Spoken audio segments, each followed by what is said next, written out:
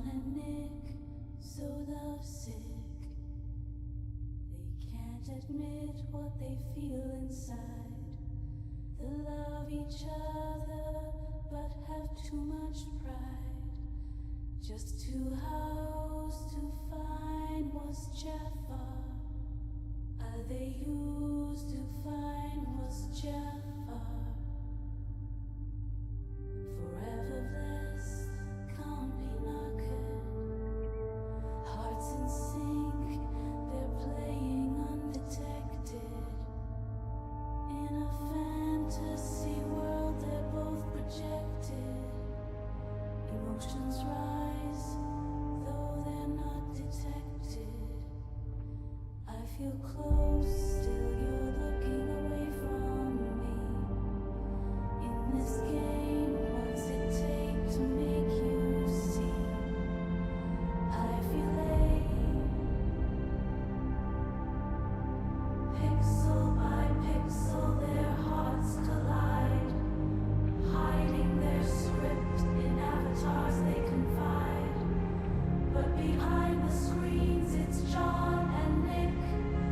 In digital realms where their clocks tick, John wields a sword, Nick a spell. Together they conquer, but never tell. In dungeons deep, or on mystic peaks, they battle side by side. Their bond unique. Secret glances thrown as their avatars strive, wishing for a moment in the real world to thrive.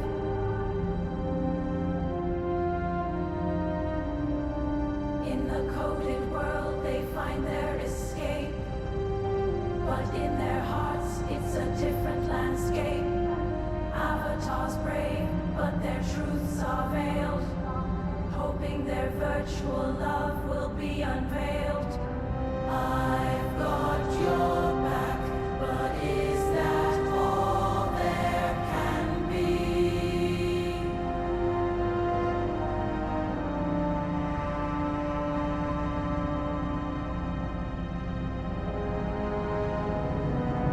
Through the headsets, soft laughter we share. Yet in silence, about our feelings we're scared. Joysticks tremble like our hidden desires. In the lobby, it's our love that's on fire.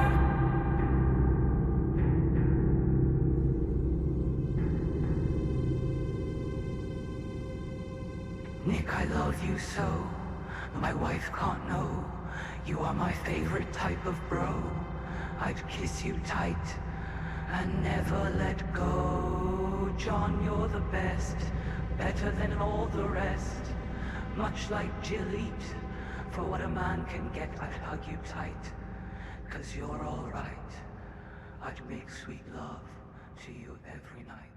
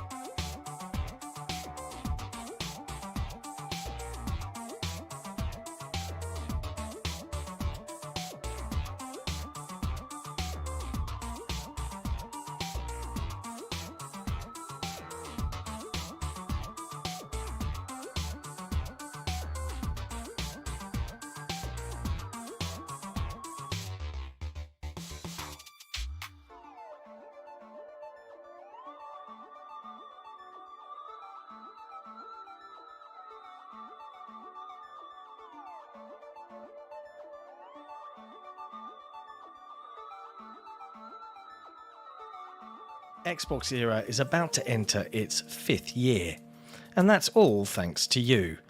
If you're new here, let me fill you in. XboxEra is a platform for the Xbox community with best-in-class forums, a kick-ass Discord server, and of course XboxEra.com, chock full of the latest news, reviews and more, all focused on your favourite platform, Xbox. It's every Xbox fan's gateway to the best of XboxEra. Our incredible podcast listened to in over 50 countries across the planet, our own digital store for games and codes, our merch store for the coolest of Xbox threads, and of course Day One, where you can track, rate and discuss your favourite games on Xbox Game Pass. XboxEra is built for you, and it's completely funded by you. If you value having a publication truly focused on your preferred place to play, you can support us directly via Patreon. Just head to patreon.com/XboxEra. You get cool swag and awesome perks, and we get to keep doing what we do. Become a part of the best Xbox community on the internet and help us build the next 5 years of XboxEra. Thank you for your support. Despite the fact that the team running XboxEra haven't been to journalism school, we're still lucky enough to be supported by some incredible people. While we adore all of our patrons, we have to give a very special shout out to our executive producers who go above and beyond for this team, allowing us to achieve so much more than we could without them.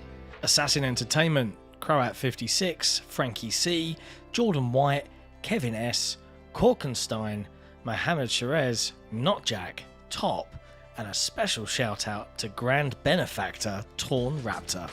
You guys are fucking awesome, and we love you. If you want to become legend like this lot, head to patreon.com/XboxEra.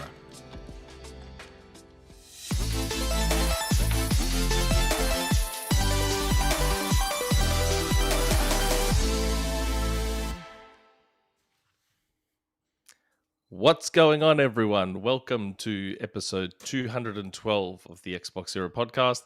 If this is your first time with us, what the hell is wrong with you? If this is your usual time, I apologize profusely. If you're a bit of a glutton of punishment, then feel free to support us on Patreon, on patreon.com/XboxEra. Now, today we have a special guest because John is actually only part-time these days. We are joined by Joe/MrBadBit from the PlayStation Trophy Room podcast. Joe, how are you, mate? I'm doing fantastic. We should have played like I am John. And like there's nothing like I don't change my accent, nothing, none of it. But I'm doing fantastic, man. I just went for a nice walk after working a long day, and I'm feeling good. I'm feeling energetic. I'm getting back into like getting healthy. It's notice that Sea of Thieves in the background on your PlayStation. Yeah, right here. I wanted to I don't have an Xbox anymore, so this is like my next best thing I got. And as always, Jesse's here as well. Jesse, how are you? I'm doing quite well. Now, in John's defense, yes, he's barely ever around. He did get his Hellblade 2 review done, Senua's Saga. It's already set for a premiere for Tuesday. We're also going to have 30 minutes of Series S, 30 minutes of Series X, 30 minutes of PC at Ultra, and an entire playthrough on Series X go live a little after embargo. So he did get work done, and then he got dragged away by the missus, who made him an Xbox cake and a Halo Samoa burger. Yeah, she that lady went all out for John getting that much closer to death. Yeah. I'm trying to remember. I had an Xbox 360 cake for my 30th birthday. They made me an Xbox 360 cake with the controller and everything. Did it make you feel like a teenager again? You're like, yeah. No, my mom's the coolest. Is that handlebar mustache intentional, Jesse? No. The handlebar mustache? No, the handlebar mustache. It looks like you've got a handlebar mustache. I know. It's just the way the gray works. It's working. Yeah, there's all hair there. It's just mostly gray. Yeah. I dig it. Interesting. Very Mediterranean. How many vague tweets have you guys set up for Hellblade? I've been doing them all day. I don't know if you've seen them. I've got a bunch out if you go look at JJS Nars on Twitter. I've been coming lots and lots.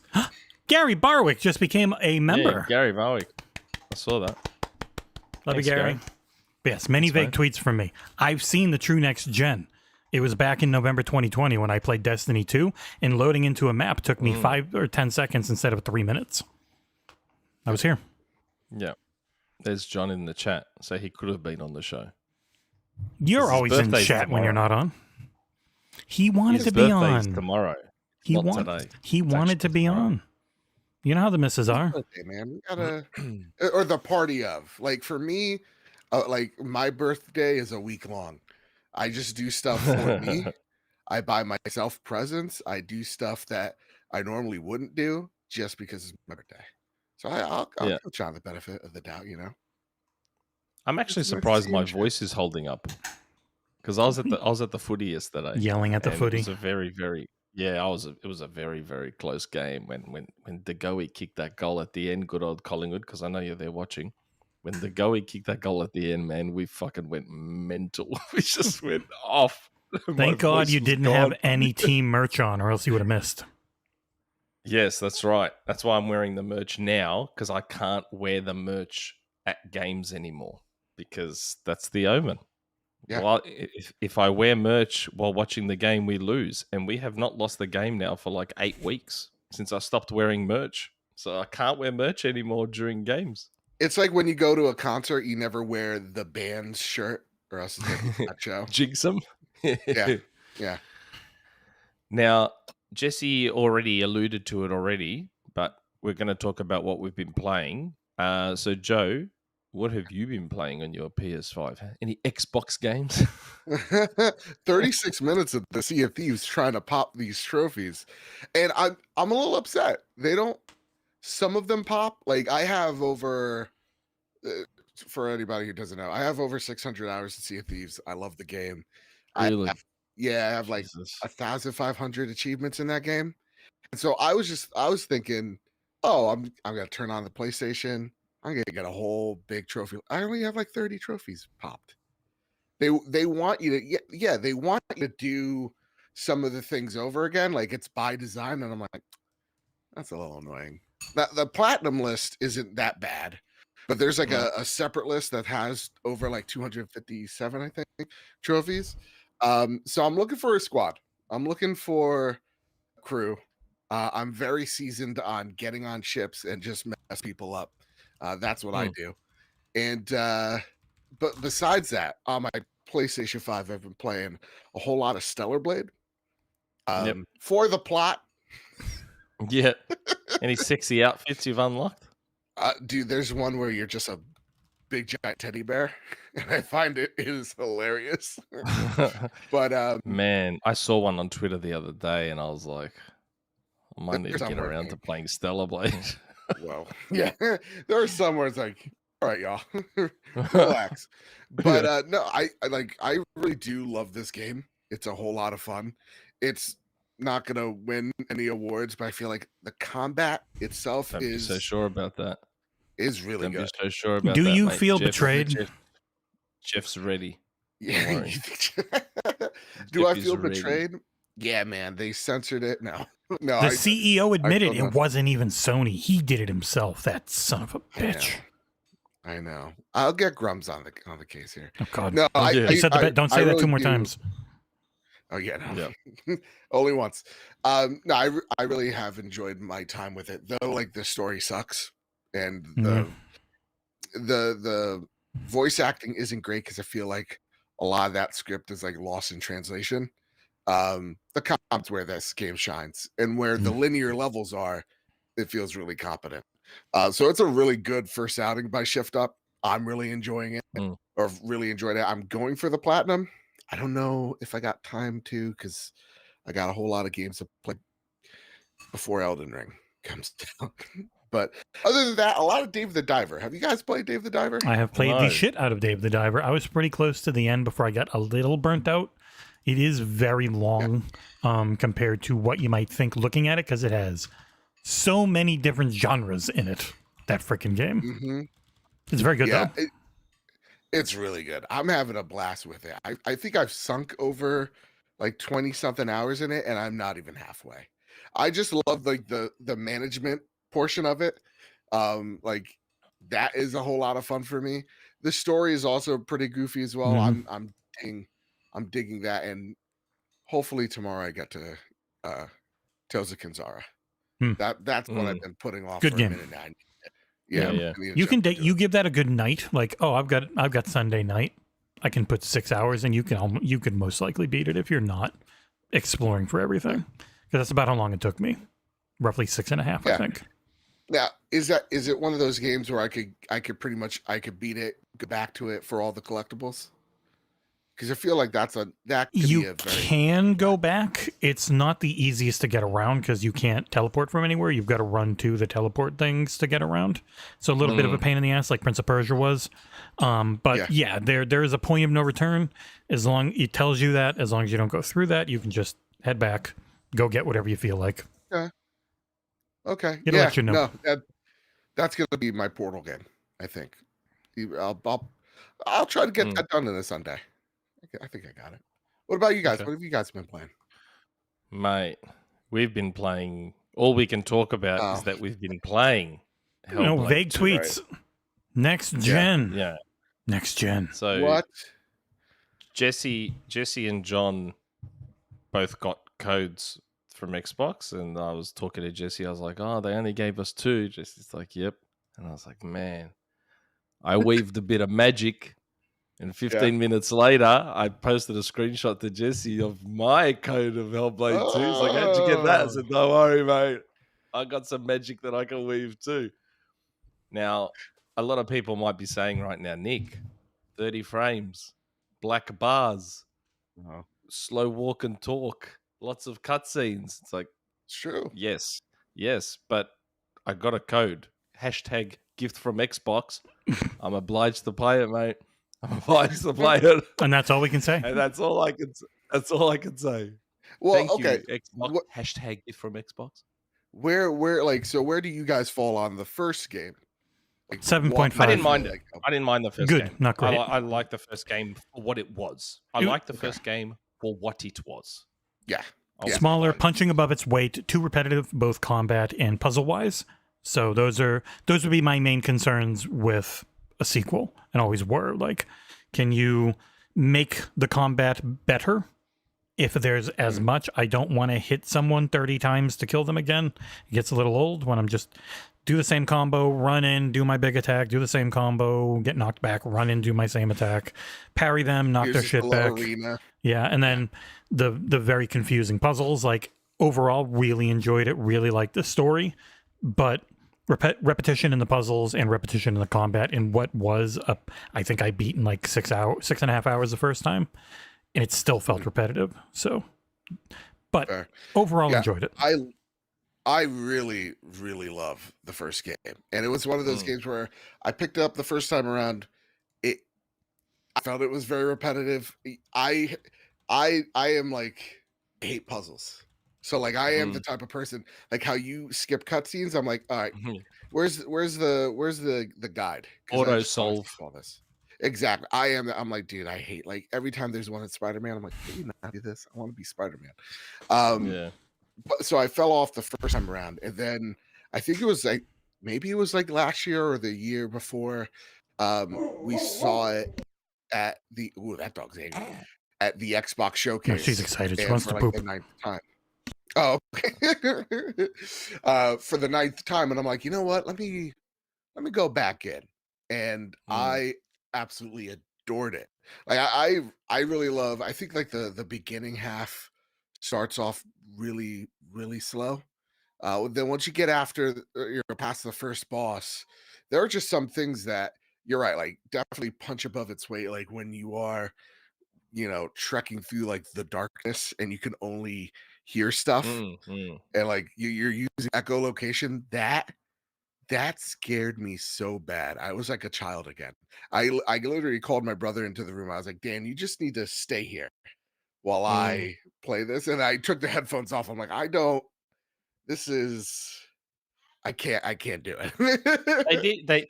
I always called the first Hellblade like the District 9 of video games. It was this Ooh. AAA looking game that was made on a shoestring budget in the same way District 9 was made with like $30 million or something. Yeah. Yet it looks like this big, massive, high budget Hollywood blockbuster. Yeah, I didn't mind the first Hellblade. I mainly jumped into it for the easy 1,000 because I checked the achievement list back then. And I was like, oh, this looks like a really easy 1,000. I'll just play through it. And I ended up not minding it. I didn't love it. I just thought it was fine. So yeah. So For me, like we're the playing first number game 2 would now. fall in that 8.5 range. I not to have any vague tweets, but like I have very high hopes for Hellblade 2. I don't think it's I think this is gonna be something that Xbox is gonna be pretty proud of. That's what I'm hoping. Because the first game with that shoestring budget and now them not not having that and hopefully not being contained, they're able to do some. They better do well, or they're going to get shut down. Yeah. I mean, who knows? I've read that 9,000 times online this week. So Yeah. Did you? Ninja Theory are not long for this world. We need to have Dominic on so we can ask him what's going on. Obviously, as head of Ninja Theory Studios, you know what's going on at the other publishing arms that you have nothing to do with on the day-to-day. I've seen him get asked that twice this week. Brilliant. Really? Yeah. Kind of Funny Games and Friends Per Second podcast both asked him. Yeah, I saw he was on about Friends him. for a second. And I was like, so if say Crystal Dynamics starts talking about Tomb Raider sometime soon, are people going to start pestering them? What happened to Free Radical? It's like, you're both under Embracer. What happened over there? It's like, I don't fucking know, man. I'm weird. struggling on my own Busy shit. making this thing. Yeah. It's weird. I get wanting to ask the question, but there are people you should ask, and they're the big people. Yeah. Make them squirm. So Jesse and I are and have been playing Hellblade 2, which we can't talk about specifics. Thankfully, we do get to I've say also- exactly when the embargo is, which is 9 a.m. BST, 4 a.m. EST, Tuesday morning. It's a British time. So we got a premiere all set. Reviews already up. There's a little trailer John made for it. We've got way too much footage, and I'm going to spend the next few days trying to figure out more shit to do. Yep. Sounds So fun. yes. I'm tired. Luckily, I can just play it, and I'm not doing it for work. I can just play it. I also finally got myself to level 100 in this season of Fortnite, just before the season ended. Nice. Yep. And did you see what's happening next season? Fallout. Ooh. That's right. Let's get some Mad Max in there, man. I'm That's ready. what it reads Max. like Mad Max, big time. Right? Oh my It really god! has As to. soon as I read that description of the season, I'm like, okay, so there's going to be a Furiosa collab or in item shop. And again, I said on Twitter, I'm like, I haven't heard anything. Like, I only talk about what I'm told.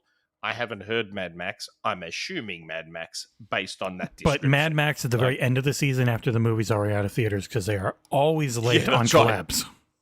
Oh my god, Epic are the worst. Like, I don't understand it. They do Fallout now. The show was like 2 months ago. Why are you doing it now? It was Like, I just don't number understand. 1 in Europe. Fallout 4, Like, crazy enough. Yeah. Still going. They did the same thing with the Turtles. The Turtles movie was August last year, and then they brought the Turtles to Fortnite 2 or 3 months later. I'm like, But man, where's the best skins? Like oh, amazing. so good. So good. How Amazing. did you feel about this season of Fortnite? Second favorite behind the Marvel season. Oh, really? I loved it. I mean, Oh, I wow. am a bit biased because I'm Greek, because it's a No, Greek you mythology are? season. That's fair. Hmm. Yeah. But it's so good. Genuinely, like, good new weapons, great new movement mechanics, traversal mechanics. Like, they got the wings of Icarus, and the flying is actually great. It's really good, and well, that's not the Greek mythology, but like the water bending with the wings is Yes, so the Avatar stuff as Yeah. well. so broken. Everything was done. Like, Fortnite is just insane in the Mhm. stuff that it's almost like there's these games within this game. Like, the way Absolutely. they do it is That's what, like, just when people like unbelievable. just crap on it or try to like shoot, I'm like, No. Play it. Just play Yeah, it. yeah. Actually play it. Actually give it a chance because like I wasn't crazy about this season. I actually liked like the Warzone one that they had. It was like the Invasion, I think. Where you got That to was a fly while ago, tanks. wasn't it? It was a while ago. It was during the pandemic. I didn't yeah, get that to was- play the Marvel season because I had to Oh. switch my crew after the fact. Like the Master Chief came out, and then they're like, "Let's try Fortnite." I'm like, "You guys have been telling you it's great," but yeah, I'm really excited because I am newly into Fallout now because of the Yeah. show because I love it so Yeah, much. So like seeing that I get that power armor, let's go. I'm all Oh, in. yeah. This Yeah. Friday. Nick, put your flag No, away. it's the Marvel season was when I really like. I had already been playing Fortnite here and there before the Marvel season, but the Marvel season was when I was like, okay, this game is now my life. Like this is so good. Like it was just amazing. So you said you didn't play the Marvel season, yeah? I wish I did, man. Oh, wish. they had Stark's lab. There was Tony Stark's lab was there, and it was unbelievable. They had Doctor Doom's. So Doctor Doom had two parts in an area of the Fortnite map that's now gone. It was Pleasant Park. So Pleasant Park was taken up by Doctor Doom's. He had like a house there, and then he had an underground lair as well. Oh my god, it was so good. And the battle pass was an amazing battle pass. There was Storm. There was oh my god, I've forgotten who was in the bloody battle pass. I think there was Doctor Doom in it, and there was Iron Man was level 100. Probably. It was just this unbelievable battle pass. The map was amazing. They could recycle them, like akin to like what Halo does. It's like, hey, you don't have to rush through them. You could, Yes, pick them. I wish they would do that. I wish. Like I feel like wish they're they leaving would money on the table. And the rumor is, and again, this isn't my rumor. I've heard it out there. It's out there. This isn't me. Apparently, they might be doing another Marvel season. I would think so because like Disney infused them with a ton of money. So like I think you're gonna see a whole lot more like Disney IP in there. If they can do another Marvel season, that would be fucking amazing. Then just make it good. Make it really, really good. I can't wait. Like the end of season event, you were fighting Galactus. It was, and I was so envious. I was like, it was so good. I could be in here right now. And you're fighting Thanos. There was like in the boss fights with Thanos, and just it was just the best. That was when that's it. All I know Fortnite about Fortnite is that Doja Cat really hates the Kratos chains of fate, or whatever they're called. I can't remember his chain weapons. She's been tweeting very angrily about them. What? Might be old tweets if they were in there a while. You mean like the mace thing? Like no, his chain blades. The Chains of Olympus. Yeah, she said Chains of Olympus. She's very mad about something with Fortnite. That's all I've seen people talking about. And then they laugh because they play her gameplay, and she's not very good. And it's like, well, if you could aim, it wouldn't be so bad. I mean, then you can, yeah, Blades of Chaos. There you go. Oh, Blades of Chaos. I don't know why I called it Chains of Olympus. I could not remember. Thankfully, someone in chat said it. Oh, and water bending. Yeah, she was really mad about water bending. That's that Avatar. That's part of the Avatar crossover. I know she hates it. It's OP. It's because it's OP. So the she's water right. bending is ridiculous. It just kills people in 2 seconds. Even in close range, you get like 2 bursts down, that person's dead. Like it's full on. I believe you. What's he talking about? Which one? Sorry, I'm being asked a question from Abdul114 who's saying, Nick, you got John Wick from Chapter 1, Season 3. Are you talking about Wish.com John Wick or the real John Wick? Because there was the Wish.com, the Reaper, who I bought at the time because I thought, clearly they're not going to have John Wick, so they've done this fake John Wick. So I bought him. And then, like, not that long after, real John Wick came. I'm like, oh, man, more money. So I had to buy the real John Wick. Had to. The amount of money I've poured into Fortnite is disgusting. I put a penny. Oh, my God. Not one. Never will. Really? Why would I? I find it hilarious that all these tech companies, and their buzzwords and their flavor of the month bullshit like metaverse and NFTs and all this shit. And Fortnite just already has all that stuff. I know it's not NFTs, but like the digital rarity and I think Phil said he was like, there. When he was asked about NFTs in the metaverse, he's like, Fortnite is that already, which just makes it even funnier that they're wasting so much money on the metaverse at Epic. It's like you already have it. Yeah, got it. Yeah, you have it. I mean, even like I think what Billie Eilish premiered her new song in the Fortnite concert thing. Yeah, like that's how big this. Yeah, It's not even a game anymore. An entity. I don't even know. It's not. It's not a game. It's not. It's something else now. It's part of. I don't know. It's just it is a platform society now. Yeah. It's just like it's this thing now. Like it's not even a game. Like I didn't get Deadpool when he was there. He was in a season / battle pass, like an event within the battle pass, because you know how they do that too. Like Wolverine. Oh, Wolverine was in the Marvel one, so he wasn't part of the battle pass, but there was a limited time event where you had to kill him, and that's how you unlocked him. So that was the only way you can get Wolverine. So if you weren't there, there's no other way for you to get Wolverine. And Deadpool had the same thing, and I missed out on Deadpool. I was devastated. Yeah. But having said that, should I say it? No. Okay. I haven't been given the green light, so I won't say it. Then no. I'll ask after this show. I'll send it. Maybe I'll send a DM in there. Maybe I'll send a DM live on there to see if I can mention put Nightcrawler in the battle pass. Whenever you do the next Marvel one, put my boy in. Put Nightcrawler in there. Put a bunch of like Well, I mean, I already heard that. I think Cyclops was coming. Cyclops is all right. Nightcrawler's. Yeah, I did a big leak earlier in the year, like in Jan or Feb, and there was a bunch of X-Men that would be coming, and we've already seen rumors of X-Men 97 coming. So, come on, let's do it. Let's put Nightcrawler in there. This deserves it. He's a good boy. Yeah, the best boy. So, man, that was a long Fortnite segment. Sorry, Jesse. What else have you been playing? I'm working on reviews for System Shock Remake, Hypercharged Unboxed, and Humanity, which is coming to Game Pass on the 30th. Can't talk about any of them except for System Shock Remake because that was on PC last year, and I played it on PC, and it's great.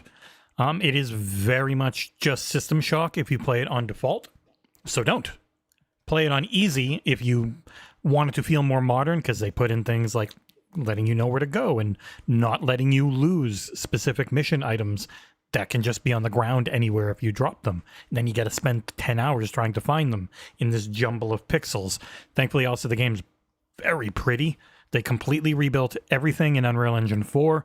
It is a super faithful, complete remake, warts and all, of the original System Shock, which is so good that it still holds up. It's definitely helped. Apparently it does. I've never played it. You would want to play it on easy. It's still not easy, because that game was very hard. You can beat it in like 5 hours on easy, though, because it pretty much just tells you where to go and what to do. It's not bad. Oh, okay. You can use all the same guides. It's the same game. So on PC, it controls great. Just got to see, do they get that translation good on console? All that type of stuff. I'll let you know this upcoming week when it launches. And who's working on that? Is that Night Drive? Night Dive, yep. Yeah. Night Dive. And boy, it is super pretty on PC. It's not intensive. It should translate just fine to console. But I'll let you know more close to launch, like always, pretty much. Lots of Hellblade. Beat the whole thing. So can we not talk about Hypercharge? We could talk about the PC version if you've ever played that. Okay. Because I'm also playing Hypercharge a little bit. Yeah, but nothing yet, because that is just the console version. On PC, people already know what it is. The thing they've talked about... And Switch. Yeah, so those versions, like, he always said they want to have the whole thing ready. They just want to release it. It's this is the game. It's the whole thing. That's why it took so long on console. We did originally review it on PC, and Austin Ford, who used to be on the team, really liked it. So I will have a console review for that one closer to its launch around the 30th. Same with Humanity. They both launch around the 30th. So that's been my time. All Hellblade this week, pretty much. Yep. So I think that's it, yeah. Yeah, I've been playing. been playing. I tried really hard to make the gameplay good, so don't laugh at me too much on Tuesday, please. It's the first time I'm putting up I recorded every second of me playing that freaking game. I then spent 14 hours straight uploading it because it's 4K 60 at 68K bitrate, which was very big. So yeah, should be good. Cool. Now, I mentioned earlier I was at the footy and my throat was a bit worn out. I'm a little bit tired. But of course, the reason I don't sound that bad is because I've been drinking my control. Mate, always cures what ails you, the control. So, Joe, have you ever had any of it? Yes, it's great. You got it, mate. Come on. You got to go to www.drinkcontrol.com. Drinkcontrol.com. It's in there, is it? Okay. /Xbox. Yeah, I filled this can up with it. Yeah. Yes, use our code XboxEra for 10% off, mate. Best meal replacement you've ever had. I never agree with him. This is the one time he is correct. It's not because they've sent me like $500 worth for free. Is the cookies and cream. Nah, have Fruity Flakes. Order a sample pack. Just order a sample pack because it's only like, I think, $20 US or something. Order a sample pack and try out the 3 that you get. And I'm telling you, you will be like, this shit is amazing. It's so nice. Now, real talk, I have been getting into like the protein shake type of like thing. It's not a protein shake though. Just bear in mind. It does have good stuff in it, but it is meal replacement. Yeah. It is high protein, but it's a meal replacement. Right. And let me tell you something. It gets you through the day. Mm-hmm. It gets you where you need to go. I think a lot of people don't realize this is my breakfast on a Sunday morning. My wife and kids kind of treat it like a milkshake, and so they just use like 1 scoop and then a bunch of almond milk. And like, to be an actual meal, and they're like, "Oh, this didn't fill me up at all." It's like, well, yeah, because you're supposed to use 2 scoops and like half of the friggin' milk that they used, and then it is a thick, yummy meal replacement. It's good. I use it for I use it for work. You know, I pack it the night before. It's nice and like thick, and then that's my breakfast. Oh, my brother gave you a compliment, Nick. Yeah, I know. I saw that. I was right about Alan Wake 2 being 2023 Game of the Year. Of course, I was right about it. Alan Wake 2 is amazing. Even though you all the didn't, cutscenes. yeah. Even skipping all the cutscenes, I found it amazing. And I sent a DM, by the way. I wish I had sent it earlier. I sent a DM saying, "Can I mention this for Fortnite?" And they're like, "Yep." I'm like, "Oh boy!" So we do have a rumor mill later, so I'm not going to have this as part of the rumor mill. But so you know how I said I was really upset I didn't get Deadpool, and then I let you know that you didn't get Wolverine. You were like, "Oh man." So what I've heard is that we're getting the movie versions of Wolverine and Deadpool in Fortnite. The movie-specific versions from Deadpool and Wolverine. I'm like, okay, I'll take those. That's fine. Okay, I'll buy it.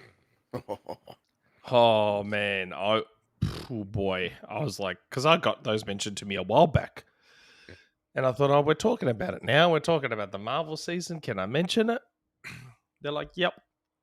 So, yeah, we should be getting the movie versions. In a couple years, once the movie's out on Blu-ray for a long time. Deadpool comes out in July. We'll probably get the characters next year in February or something like that. Knowing Epic. Now they work. Just in time for Ant-Man 3 or whatever, Yeah. Or Ant-Man 4, yeah. Well, it's like I think a while back on a rumor mill I had that I said it on Twitter that I heard Planet of the Apes were coming to Fortnite. The movie's out right now, and they have not put them out there. I'm like, what are you doing, Epic? What are you doing? Like, I don't... Oh, my God. Anyway. Is Joe muted? Are you there, Joe? Oh, I'm here. Hi. Oh, okay. I thought you were muted. Nodding approvingly. I was like, yeah, that's nice. Okay. So Joe needs to order himself a sample pack of Control. Using our code. They can send use it our to code. us, and we'll shout it out in the trophy room. And we'll use the XboxEra code. I don't even care. Use code XboxEra and get 10% off via the trophy room. There you go. Okay. Now, let's get on to the news, because there was actually a shockingly large amount of news that happened during the week. Now, since we got Joe on for a reason, so let's start there. Okay. PlayStation. for many years, anyone old enough to remember the PlayStation 3 launch will remember, the PS3. I mean, I love my PS3, but Sony said, you know what? You are going to want to get 2 jobs to afford this thing. Because the PlayStation 3 was, anyone who remembers will know that the PlayStation 3 was extremely expensive. 1,000 Australian dollars I paid. Sony said, you're going to want to get 2 jobs to afford this console. That's how good it is. And now, Sony has now given 1 job to 2 people instead of getting you to get 2 jobs. They've got 2 people as CEO. Huh? Herman's rising up those ranks, mate. Herman. And we've also how many got Horizon projects are going to follow? Oh my god! More than is 2. going to take over all of PlayStation. 2 a year. Horizon is like Mr. Smith in the Matrix Revolutions, where he just goes bzz, bzz, bzz, bzz, and infects everyone and just overtakes everything. That's PlayStation Studios right now with Horizon. Everything is Horizon. And we've also got, I don't want to mispronounce this, Hideaki Nishino as well, who is more the hardware platform side, where Herman will be more the Matt Booty type thing. So Jim gone and been replaced by 2 people. I find it interesting though. Like, is it really the 1 role with 2 people, or is it just the 2 separate roles in reality, and they just don't have a traditional CEO? That's a great question. I actually I lean on the latter. I think it also speaks to like how huge PlayStation has become as a company, where they Within are now Sony. thinking, or within Sony, sorry, that they are thinking of like, we have to think about the next 10 years because the consoles aren't growing. So what is our business going to look like in the next 5 to 10 years? We need someone to focus in on that. And at the same exact time, we have to focus in on what people know us for right now, which is our IP and making them more cost effective. And I think both of those folks are fit for the task for leading those individual projects. Like Herman, I think Herman will be like the face of PlayStation. Like he'll be in every showcase, and hopefully have better quotes than Jim. And Nishino is going to be in the background figuring out, hey, let's go make a PlayStation Portable. Let's do something with the cloud, like that type of stuff. I think he's going to be leading. It just speaks to how the organization has grown, and it really does look like a Sarah Bond and Matt Booty. Yes, that's how it feels to me. Yeah. Where like Hiroki Totoki is like the almost akin to like a Phil Spencer role, where both of those guys are reporting to Totoki. So it's like, yes, but Totoki is Sony, not PlayStation, right. Correct? Mm-hmm. Yeah, he is. He has 12 jobs at CFO. Sony. Yeah, he has like 5 things now that he's overseeing there. He sounds like a very hard-worked individual. It definitely feels like they are in the main company really needs money from them. Their margins aren't good enough. We are going to have our money man look over everything and be like, you are going to keep more of this record revenue you keep making all the time. You make more and more money, and you don't keep enough of it. We want to actually keep it so that we can make awful decisions like trying to buy Paramount that they're definitely not going to end up doing, because it's such a...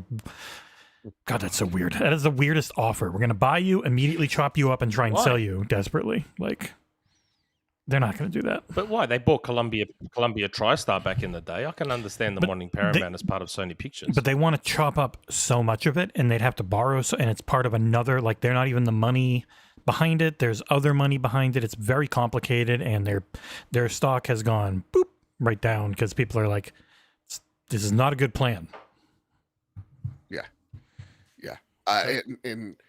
For them sucking up another large entity, I'm not a huge fan of. Just seeing their track record as well of like them handling certain IP is so all over the place. You didn't like Madam Web? So, you know what? I'm a big Mobius fan.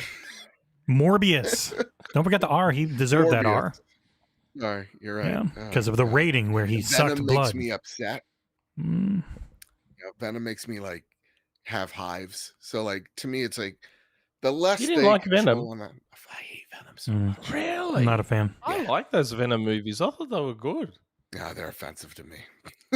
I mean, Morbius was garbage, and I assume Madam Web is garbage. The but I TV actually show thought they're Venom trying to was fun. do with was it Silk? Just got or Amazon Prime's like, nah, we're good. Like, we'll see you later. Like they have not. They've made some incredibly good Spider-Man games. I really wish Marvel could just have those IPs back in live action. So desperately. It would be so much better with them. And again, it's wild. Sony's never going to let it go. I know. No, never. Because like Madam Web, and then you have Into the Spider-Verse, and like that is it's amazing, beautiful.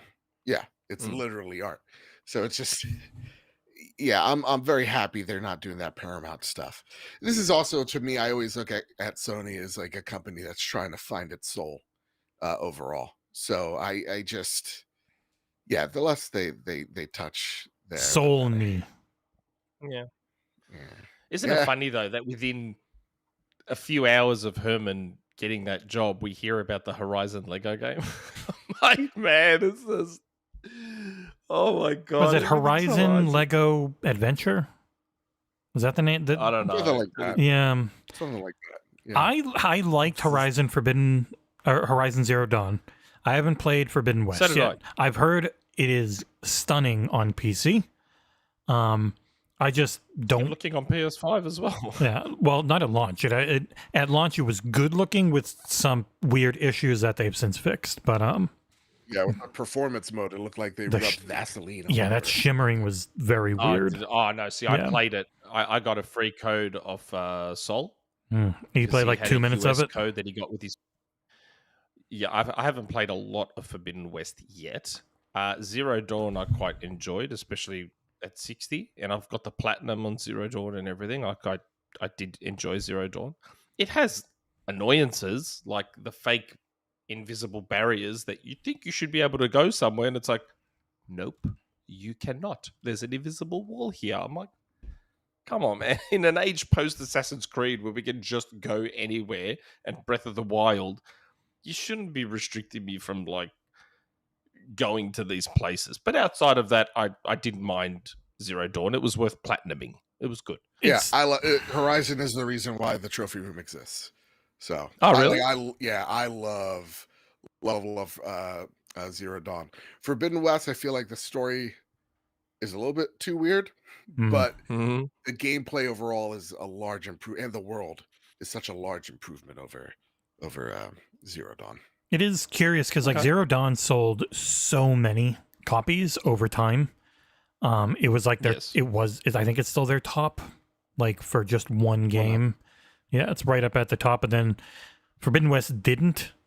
So I'm like, it did fine. It didn't do bad, but it hasn't caught whatever the hell went on with Forbidden. Yeah, but Zero Dawn was getting heavily discounted constantly. It was one of those games where every sale, Zero Dawn was part of it. I'm pretty sure it would have built up a lot of it. And Forbidden West has started, like they still do the same thing. They're not fully Nintendo where they just don't. They do less. No, but yeah, but Forbidden West was on PS5 both, right? game. It was on 4 and 5, and then Burning Shores was not on PS4, if memory serves. Post PS5 release, those discounts aren't as heavy as they were before PS5 release. So like whenever I see Ragnarok discounted in Australia, it's still like $80 Australian even on sale. Like it's ridiculous. So it's not quite the same. Where Zero Dawn, I'd see it for like $15 Australian and $20 Australian. I'm like, holy shit, I'll buy it for that much, sure. And I ended up really enjoying it. Forbidden West isn't getting those same kinds of discounts. Also, don't forget, it's been going down to 30. That's the price Forbidden West has been going down to. Yeah. US. Yeah, I'm talking about Australian. It doesn't go down that so low. 750 Australian. Yeah. Sony also gave Horizon Zero Dawn away during COVID, remember? So I wonder if a part of the numbers is however many copies people remembered to tie to their account. I That's a just good point. wonder. Forbidden West is down to 50 base as well, so it's gone from 50 to 30. It's not going from 70 to 30. I believe back in the day when they put it on PlayStation Plus, that was their little experiment. They're like, "Oh, we actually lost a ton of money by doing that, so maybe we're not." Yeah. I probably heard it. Now, we have a super chat from my good friend Musayed, who says, "Where is my PlayStation showcase, Nick?" Next week. Look, when I was told about it, I was told, and they never said showcase or state of play. To this day, I still don't know if it's a showcase or a state of play. I don't know which. State of showcase. Everyone keeps saying showcase. But I don't know. I was given the impression it was the latter half of the month, Which with we're no in now. specific date. Yeah. Yeah. I like to mess with Kyle a lot because I like to say things and have a good poker face. So this week on the trophy room, I'm like, it's next week. And he totally, but and I love when I do this. So he's like, how sure are you? And I'm like, all right, let me do my best. I have an insider act. I definitely think, not definitely. I have a feeling it's not a showcase. I think my gut instinct when I was first told about it, my gut instinct was state of play. That was my gut instinct. I don't know what the case is. I think hearing those, I mean, seeing their financials going, we don't even have like maybe like major first party from a franchise, till like April of next year. So it's like, what are you gonna realistically show that is gonna that's coming out in the next 18 months? The only thing is like Concord, right? It's And Concord, Concord, Concord, yeah. So it's like you have that. You have to show that game off.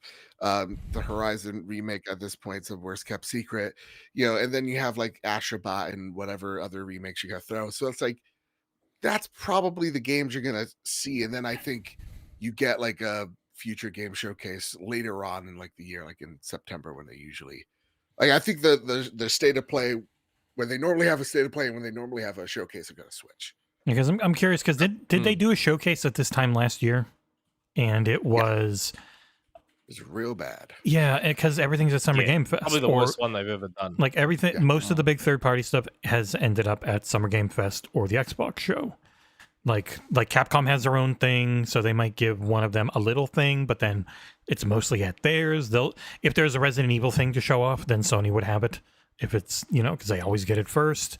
But outside of that, like it's Monster Hunter. They might show off, which who knows who has marketing on it. It's Kinitsugami, Path of the Goddess, which is going to be Xbox. Then you look at Square. What are they going to have? Like they just put out their biggest project and they're completely redoing all their studio setups and everything. If you just go down the line of all the publishers, like everyone's listed for Summer Game Fest. They just put out a list of like 55 people, and there's going to be even more who show up at the showcase and stuff. And it's funny you say that because I actually asked my guy that mentioned the showcase. I'm like, are they going to do one so close to Summer Games Fest?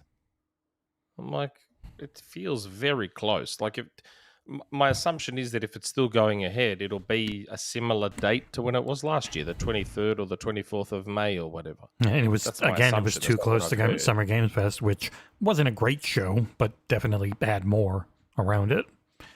So, I don't know. I pray to God it's not on the 29th because that's when I'm in Italy. So, kind of hedging my bets. Like I said, so far, I don't have my list yet. I only know of, I say I only know of, I've been told about 2 games that should be at this show / state of play, whatever it is, or announced sometime. And man, I'm just going to sit back. And then the moment you say it, Jason Schreier will immediately come out and debunk you. And I'm not saying anything. I'm just going to let these 2 games get out there. I'm just going to let these 2 games get out there and be like, don't worry, people will know. If and when these games get announced, they'll know which 2 games I'm talking about. Because I said they're very related to me in various ways. Bloodborne. Everyone will know. Don't worry about that. There'll be no doubt when these 60 games FPS. get announced. Mate, telling you. So yes, that was that. That was a super chat. My God, that was all about a super chat. Okay. What else? Helldivers 2. Man, it's their fastest selling game ever. I can't believe it. Fastest selling game ever. I remember when, like, the week before it released, I was like, I'm gonna buy it, but man, I don't have high hopes. It seems like they're putting this thing out to die, and God, I thought it looked cool. I said it on this show numerous times. I'm like, this game looks pretty cool.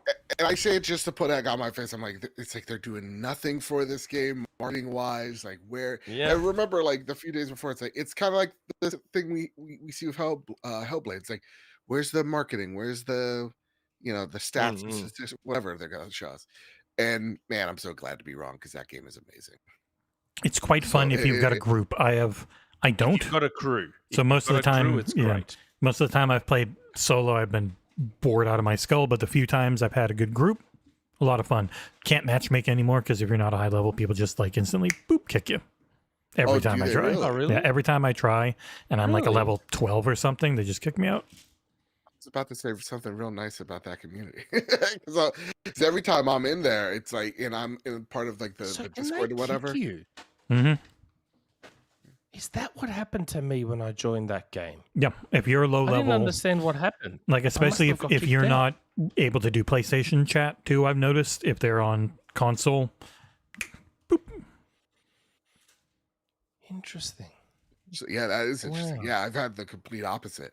Where, like, Oh, I've had everybody's some just very nice. good. I've had a couple of great ones. Yeah. Then I had one where they were dicks and they just kept killing me. So at the end, I called in their dropship and took off when they weren't close, and they got very mad. So I blocked them all right away. Nice. It was fun. Nice. Yeah. I've only had one match where like these two guys kept killing each other. I'm like, guys, what are we doing here? Nick killed us a couple times when he played with me and John.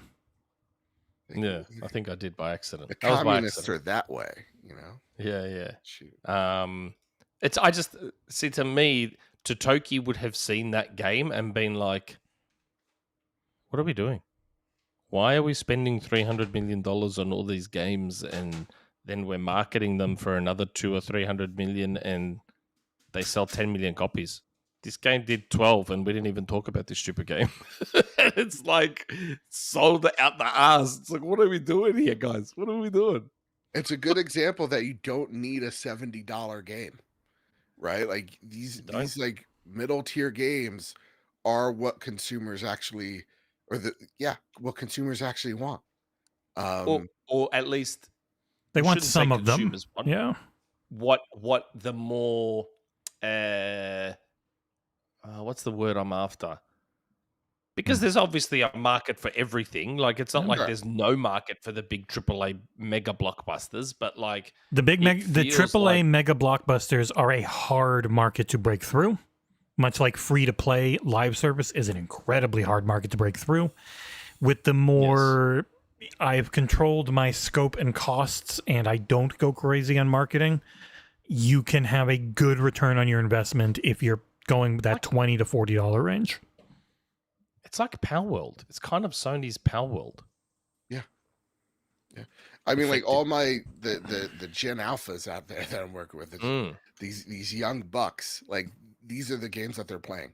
They're playing Helldivers, they're playing Lethal Company. They're a bunch of Pokemon dorks, so they're loving Power World, and so it's like, I feel like there definitely needs to be a return to the middle ground, where that $20 to $40 range I think is a sweet spot that's unexplored.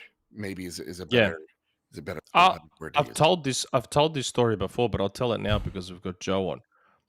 I got my son the Spider-Man 2 DualSense. He loved it. He thought it was a beautiful controller and he had to have it. So he got the Spider-Man DualSense. So I thought maybe he'll love playing Spider-Man. So because I've set his PS5 as my home console, I installed Spider-Man Remastered on his PS5. He started playing it. Within 2 minutes of starting Spider-Man, he's like, how come I can't skip these movies? I was like, man, I'm so proud of this kid. And then he played Spider-Man 2, I reckon, for Spider-Man Remastered for about half an hour. He has never touched it again.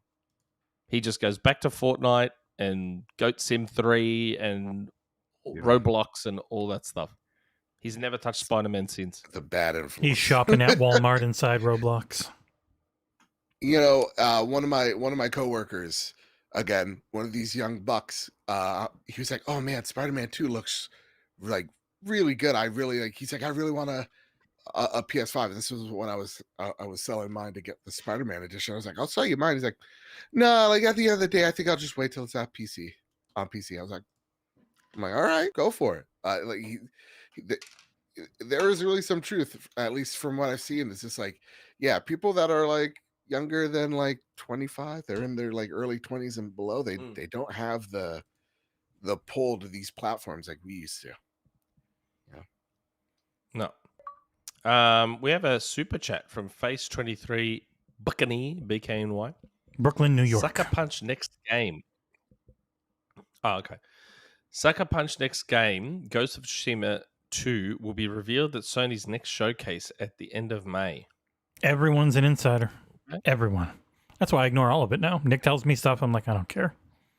I don't give a shit. Look, I haven't heard that myself. It makes sense. I haven't heard that personally, but the amount of people that have messaged me saying the Xbox showcase is going to be fire, and I'm like, I don't fucking care. Please. I'm done. With you, Jesse. I can't take it anymore. If it's not from Grub or Nick, I just genuinely... If it's from Grub, I'm into it. If it's from Nick, I'm just like, oh. No, I'm kidding. If it's from me, then it's all about PlayStation. You know, it's the PlayStation showcase if it's me. But I do not have my list yet. So, like I said, there's only 2 games so far that I've been told about, and I'm very happy about both. While I say that, if people want to keep sending us $20 to give insider rumors, please don't stop. Go. We'll just do them all short. We'll do 20 hours straight if you have to. Speaking of 20 hours straight, we are planning to do the XboxEra subathon to try and help us pay for getting myself and Nick to Gamescom. It's a lot of goddamn money going from Australia and Florida all the way to Cologne, Germany. So we will be running that most likely the week of the Xbox showcase, maybe the following week, finalizing all the details. It'll be a 24-hour plus long live stream with myself and John, and maybe people jumping in here and there. So join us. Early June-ish. Yeah. Now, while we're still on the PlayStation train, okay, because this can lead to the next Xbox/Activision story, I guess. So the reports are that Sony has formed a new studio within PlayStation made up of Deviation Devs, which I find odd. It's like, why didn't you just buy Deviation? They were right there. Wasn't there like a lot of shit that came out about Deviation and mismanagement and stuff, which is why it would be weird to make a studio with that management, but I don't know. You never know. But Blundell is reportedly part of this studio. I know. Who was one of the heads of Deviation. So I'm just like, why didn't they just buy Deviation? Very strange. Yeah, and it's weird about this story because like I could have sworn we talked about this on the show like a few months ago, that like Blundell and a few folks from Deviation were like prototyping stuff. Yeah, it feels like more came out about that essentially, because there's been multiple stories this week. Like also the next ABK one is tangentially related to something we already know, according to people. So keeps happening. I mean, cool. I'll just wait and see whatever they make comes to fruition. But yeah, it is interesting. It's like, you know, was there like some type of power struggle? Was what they were working on something that, you know, Sony maybe felt there was something there, but there was like, you know, some type of like tug of war. Did they waste all of their budget on those giant PlayStation neon controller lights? Like it was their version of the bus, you know? Yes, absolutely. I found that strange when I saw that story. I'm like, you've made a studio from a studio you sort of already kind of had. It just seemed a bit... It might be really strange. small, experimental who knows? Like, it just might, because if you just bring in 100+ people, you're paying them the entire time. Like, that's one of the main things we've seen. It's like, what is the biggest expense in gaming outside of marketing is salaries. And like Xbox bringing on 3 times the amount of people they used to have. What do you look to cut? The non-stop. Like, that's why no one ever wants to buy Ubisoft. They've got like 20,000 employees you got to pay every week. Like, it's insane. But I definitely feel like it's an incubation team. It's like akin to like Ghost Story with Judas. Like that at least for a long time was a very small team working on that game. Yeah. Almost like the Initiative. Kind of. But not quadruple A or triple A or Quadruple A means in industry terms that it's a team working on a AAA game for the next gen of hardware. That's what we've been told. Yeah. Okay. I just found that interesting. That they basically made Deviation out of Deviation and just didn't just buy Deviation. I'm guessing it's a lot No, smaller. it just seemed strange, that's all. Speaking of strange, Xbox, obviously has... Anyway, so Xbox or Activision has randomly, out of nowhere, created a studio called Elsewhere. This just came out of nowhere, didn't it? It feels out of nowhere, but it's supposedly tangentially related to Infinity War Poland, who were the team working on the like RPG in the COD universe thing people have talked about. Like, there's been there are people saying like they're not the same studio, but they are related, obviously both being set in Poland. Poland is a hotbed for devs. There's a ridiculous amount of talent, as this game has checks off all the boxes of worked on all these franchises, which, I mean, could have been a freaking janitor at the place, who knows, but those people worked on like Cyberpunk or The Witcher and a bunch of other shit. Like, well, you don't have to spend a lot of money. That's a big thing for Poland. Well, it's a lot cheaper. There's an actual blog post on Activision's site. Built from the ground up, Elsewhere Entertainment is a premier and standalone studio dedicated to establishing an environment that inspires bold and diverse ideas. The team's underlying mission, blah, blah, blah, blah, blah. The talented team consists of a collection of storytelling experts whose credits include The Last of Us, Uncharted. Notice how they put those two first. The Witcher, Cyberpunk, Destiny, Tom Clancy's The Division, and Far Cry. And it says here that there is exclusively focused on creating a new narrative-based and genre-defining AAA franchise. So they're working on something completely brand new. Mm-hmm. So again, it's one of those odd things. Like, it happens just after Microsoft has shut a bunch of studios. Yeah. I find stuff like that weird. It's very weird optically. It's the realization that each publishing arm is just, they're not connected to each other. They are their own thing. Like, and also this isn't new. This isn't just starting. It's just them making it public, which is always funny because of the timing. But like, and it's also the thing where people keep asking the Ninja Theory guy about Xbox or Bethesda people. It's like they are their own lanes. Like they are Microsoft. People like Xbox is gone. It's Microsoft Gaming. It's like, yeah, the moment it became Microsoft Gaming, there was Xbox Game Studios. There was Bethesda, and now there's Activision Blizzard King. Like, they're all, and even Activision. They're three separate companies. Yeah, Activision, Blizzard, and King are then 3 separate publishers in that one company. Like, even they split off again. Like, it's an enormous organization, which is why they talked about it the way they did with Bethesda, where it's like, it's too big.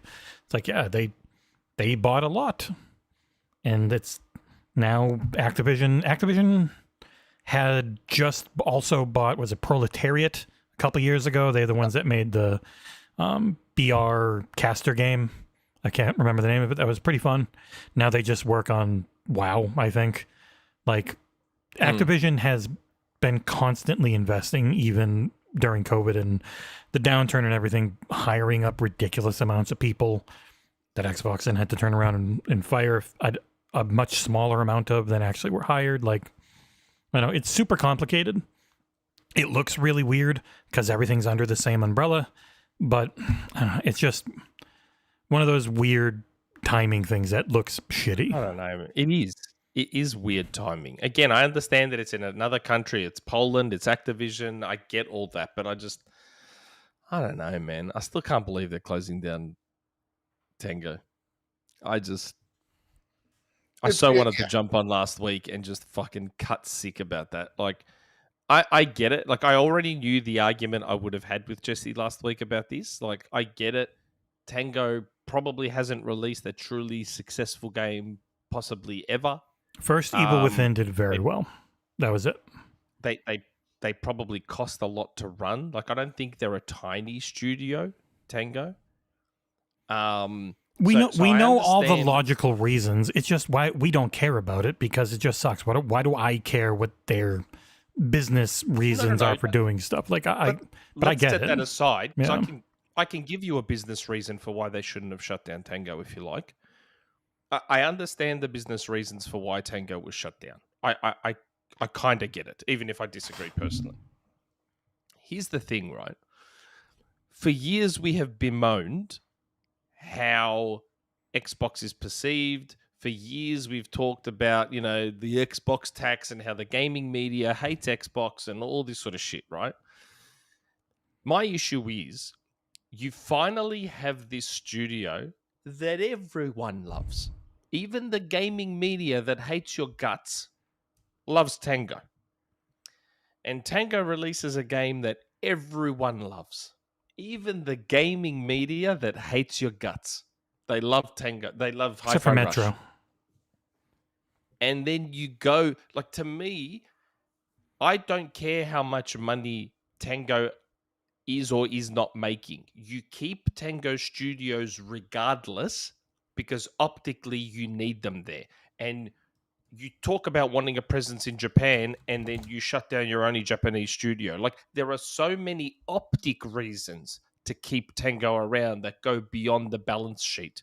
And they trip over their verbiage. It's like, hey, listen, you get Matt Booty the same day going, we need smaller games that are, going to give us prestige. Well, you had a studio that gave you prestige. We had, that's right. I will say, that might have been an unbelievably stupid line. My main issue with it is there was no context provided for it. Was he answering a question? No, there wasn't. What was said before it? What was said after it? And the entire article Ash Parrish wrote about it was framed in this, look at this awful shitty thing this idiot said. It might be that. I just don't like that we don't know. I don't know why he said it. I don't know what context he said it in. And I don't think Hi-Fi Rush was the level of thing that would have screwed the company over. It much more would have been Ghostwire Tokyo flopping. Ghostwire. That was the big game that didn't hit. But it doesn't matter. And this is what I mean when I complain about Xbox not understanding the bigger picture. Like, you can't just look at the short term. Oh, are we in the red? Are we in the black? You can't view it that way. That is the entire the entire $3 trillion corporation. That is how every single part of it operates.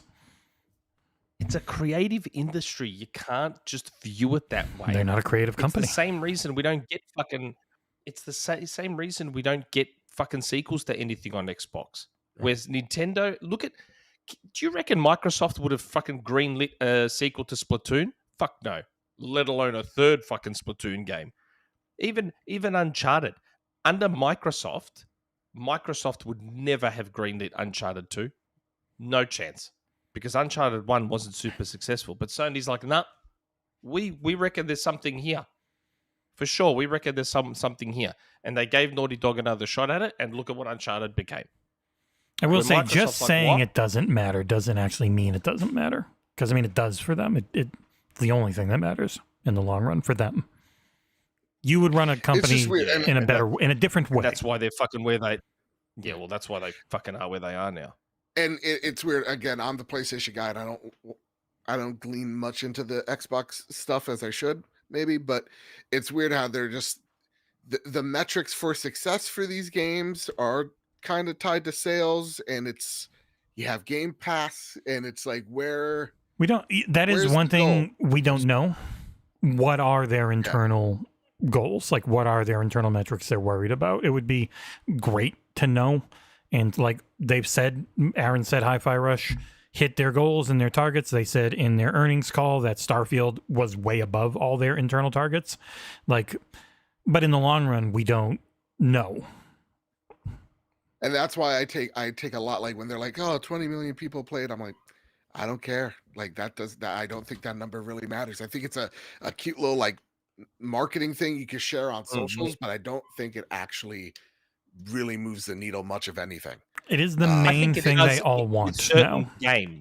With certain games, I think it does. So if it's like a multiplayer, like yes, like a Helldivers type of situation. Yes, if it's a live service game, a game that's microtransaction heavy, I think it matters because the more people you've got in there, and engagement numbers would matter a lot, as in time played. Because I played Sea of Thieves as well for 3 minutes and didn't like it and never touched it again, but I still count in the 40 million players. Yeah, the big thing for them that they've been talking about and that Sony just said is going to be their main goal moving forward and not sales anymore is player engagement and how much time and money they get per user. Yes, time is what matters. Because I know, like you say, this is where Xbox has gotten Xbox, but for every month this year, essentially, they keep saying we're having record playtime. We're having record engagement on Xbox consoles, not just everywhere, not PC and their PlayStation ports and their Switch stuff. Like, I know it's not what you want,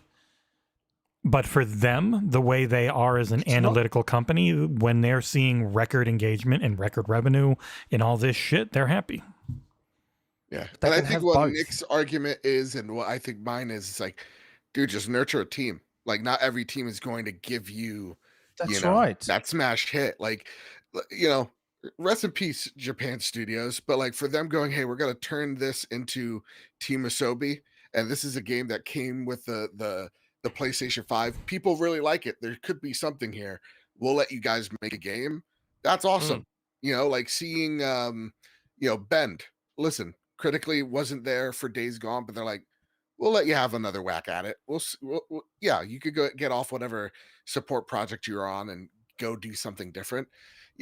It's stuff like that I wish Microsoft did more of, because it just seems like if it's not Gears, Forza, or Halo, it's they're not willing to carry on with that risk. I've been saying it for years.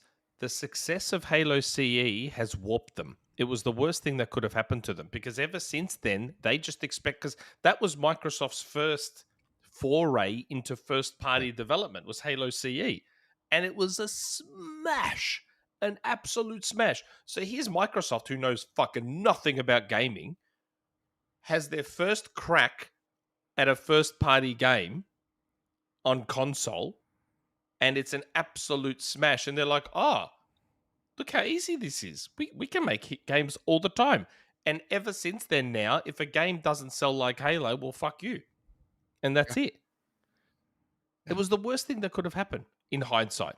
I know it was great, but it was the worst thing that could have happened because it warped their perspective on what the success these games should be having. And it seems like, well, Shin Mikami left, so right? Is that his name? I'm sorry. Did I yes, Shinji Mikami. Yeah. Shinji Mikami. Sorry, my apologies.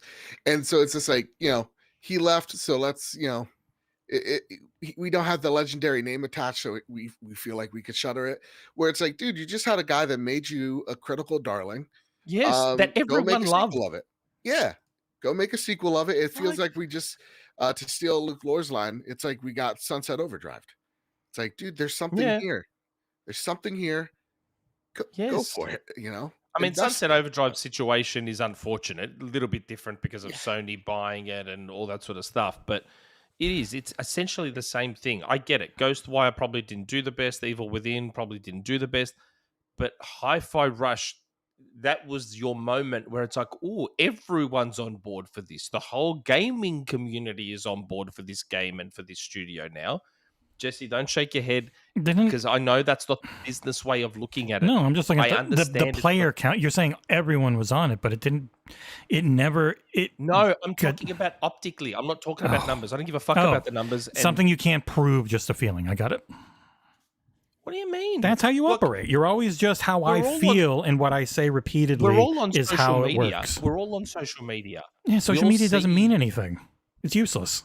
it can. It's not completely useless, man. It's almost not completely useless. Everyone was on board for Hi-Fi Rush. Yeah. Everyone Then they was should on have board played for it Hi-Fi and Rush. supported it. They didn't. Well, according to Aaron Greenberg, they did. Pentiment had like Or was 10 Aaron times the lying? player count on Steam than Hi-Fi Rush did. Or was Aaron just lying? Was he? No. Because according to You Aaron, literally it did. just said it wasn't Hi-Fi Rush that did them in, it was Ghostwire Tokyo. That's wasn't right. Hi-Fi So Rush. all the more reason to keep them around. I just said everyone was on board for Hi-Fi Rush, so keep them around. It was The stupid to reasoning get they rid of them. give, whether we like it or not, was that it was either cancel games or cut studios because they felt too stretched thin executive wise. They did not have, like, they lost most of the people who were running Tango. I forget her name. The one who everyone likes when she's on stage had left. yeah. Shinji Mikami had left. Like, a lot of they still had people there, but they talked about they had to hire up. They hadn't even started a game. They were in the pitch process. It was going to be like 5 years. It was timing more than anything. So if that was it, it's stupid as shit, but that is the reasoning, not the game didn't do well, so they're punished for it. It was a timing thing mixed with studio performance and A lot expectations, of probably. bad quotes in there. Yeah. It's a lot of bad, like, and I feel like it's like we were asking just a week ago. It's like, man, we need ourselves a new Fallout game, and then they're like, well, we got the answer for you. You're not gonna really like how we do it, and it really just seems like if it seems like they're making room for another studio that could be your Fallout factory, and it's what I think so many people have said. It's like, well, they're going back to the IP that works. So like, expect Bethesda to go being your Elder Scrolls, Fallout, sometimes your Doom, type of games, because those Then games what's the point sell of really Game well. Pass then? What's the point of Game Pass then? Like, Game Pass needs variety. So if they're going to double down on the blockbusters and the AAA shit, then what's the point of Game Pass? Good question. I don't know. They've got like What's the point of it? 50 teams making games. They're not all going to be AAA titles. It's not the way they worded it. It sounded like it is all going to be AAA. No, titles. what you're going to see less of are the almost AAAs for the most part. Like if you don't hit targets, if you don't keeping shit in scope. Like, they want the big hitters, but they know Game Pass needs a lot of stuff. Like, they've got a ton of teams. Like, a Flight Sim 2024 is coming this year. A Towerborn. When you say that gets coming me this year. scared for someone like Obsidian, because But like it- that, like But it comes their down to games are always almost AAA. the reason they shut down studios is because they said we felt stretched too thin as executives trying to keep all this going, because they had a bunch of people leave Bethesda. Like, they haven't had that happen in any of the other areas. The only other one might be Activision, but they focus so heavily on Call of Duty that it's not a big thing, and they rely on support studios more. Like, the actual Xbox division setup has been fine. And in the last 2 years, they've just fired a ridiculous amount of people. Like, it's already happened. It's not new. I think the only reason it went to studio shutdowns this time is because of what they said. Both of those studios had underperformed and had really bad timing, where Arcane Austin was still only on Redfall, trying to pitch other stuff. It's 5 years away. You're shit out of luck. And the easiest thing for us to do is to just shutter the studio, fire most of you. They fired 90-something people. That's what the notification in Texas Public Records is. They didn't fire everyone. I don't know exactly how many people were there. They get absorbed in, most likely. Then the other studio, Roundhouse, because they got 9 lives after being Human Head and being really weird about that Rune game and never actually delivering on it. They get absorbed in. Alpha Dog put out Mighty Doom, didn't do anything. Like, it's just, they had all just put out games. Easiest way to balance a spreadsheet then is like, okay, you're not going to make any money for us in like 5 years, and you're just going to cost money. And it's like, that's business. It's being a piece of shit, generally. You are a spreadsheet number. And it's just like, there's no human element like that. As you're saying it gets me depressed. And again, like, I get it. I'm the Sony guy, whatever. But like, Jim Ryan could go F off. Oh no, I mean, every single publisher has fired people. Studio, but And like every Yeah. publisher outside of Japan has been shuttering studios. They've all fired people. They've all shuttered studios. And outside of Embracer, they all make enough money to pay everyone forever. It doesn't matter. They So don't do you care think- about making money. They want growth. Do you think Ninja Theory is safe? Unless it turns out that the I don't. Xbox, if the Xbox Game Studios division is feeling spread thin like too much peanut butter over bread, then no. But they haven't said that yet, so I don't know and I don't care. Because I'm not going to care about random shit that I have no idea about. I worry about God, Ninja I wish Theory. I had that personality. I worry about. I forget if I could curse. I worry about goddamn everything, man. Like, I worry about worry about Ninja Theory. I worry about Obsidian. I mean, but at the same exact time, they're right about to launch games. So, And Obsidian You know. always has another one coming. Like they're always rotating and going. Okay. So, but hold on. So I understand COVID fucked them a bit, but Hellblade's taken a while. Like the head of the studio already revealed that when that trailer came out in 2019, they had nothing. Yeah, they spent Had about no 5 game. years on it because they were doing Bleeding Edge. So there was no game back in 2019 with that trailer. That trailer was just made bespoke. It was just an ad hoc trailer that was made. There was no game back then. So that means that the game took about 4 years, probably. So they've just finished Hellblade. We have no clue what they're working on. We Well- heard about Mara ages ago and have heard nothing since. Does that mean that, oh, well, hold on, you're not making anything, you're not pitching anything, see you later? I don't know. And I'm not going to assume or worry about it. I don't know what it is working on. I don't know what we didn't know what exactly Machine Games was working on. I don't care. I don't give a shit. Life's too busy. it's like you're right. I mean, to get on your side a little bit here, Jesse, too. So sound like a complete fanboy. I'm like, what's going on over there with you guys? Like I do understand the Arcane Austin closure, and it sucks, but it's like Prey didn't hit, right? Neither did oh Redfall. my god, Redfall. Redfall. So it's like, yeah, man, you guys had 2 duds in a row. And I listen, I hear great things about Prey. I fell asleep during it, but I heard great things about it. But even then, it's like if the sales don't match, then Yeah, as but it pains me, I understand it. But it's like you also got Dishonored, and I love Dishonored. So it's but like, the thing why- is, did they buy all these studios thinking that all of them were going to make nothing but smash hits? No. What did they think? I really I want don't know. Elder Scrolls and Fallout. Like I think that's Well, maybe what Bethesda it was is. in an awful place, which is why they were looking to be bought outside of their owner and everything, having cancer and whatnot, like, and all that sad situation. They weren't in a good spot. Activision wasn't in a great spot. Like, that's why both of them were looking to be purchased. The realities of that in shitty corporate culture, which none of us have to like. I hate it. I despise it, and I'm not defending it. But you ask why, and the answer is, at the end, for the CFO and the CEO, you are a number on a spreadsheet. No matter what they say, they don't care about you. And if they can get their bonuses and they can keep the numbers looking good, they will fire and cut as many of you as they need to keep things okay in the meantime, while taking light advice from the people who are saying, like, oh, for the love of God, don't fire everyone. Like, it's just that's why. Like, when you buy a company, firing normally happens right away.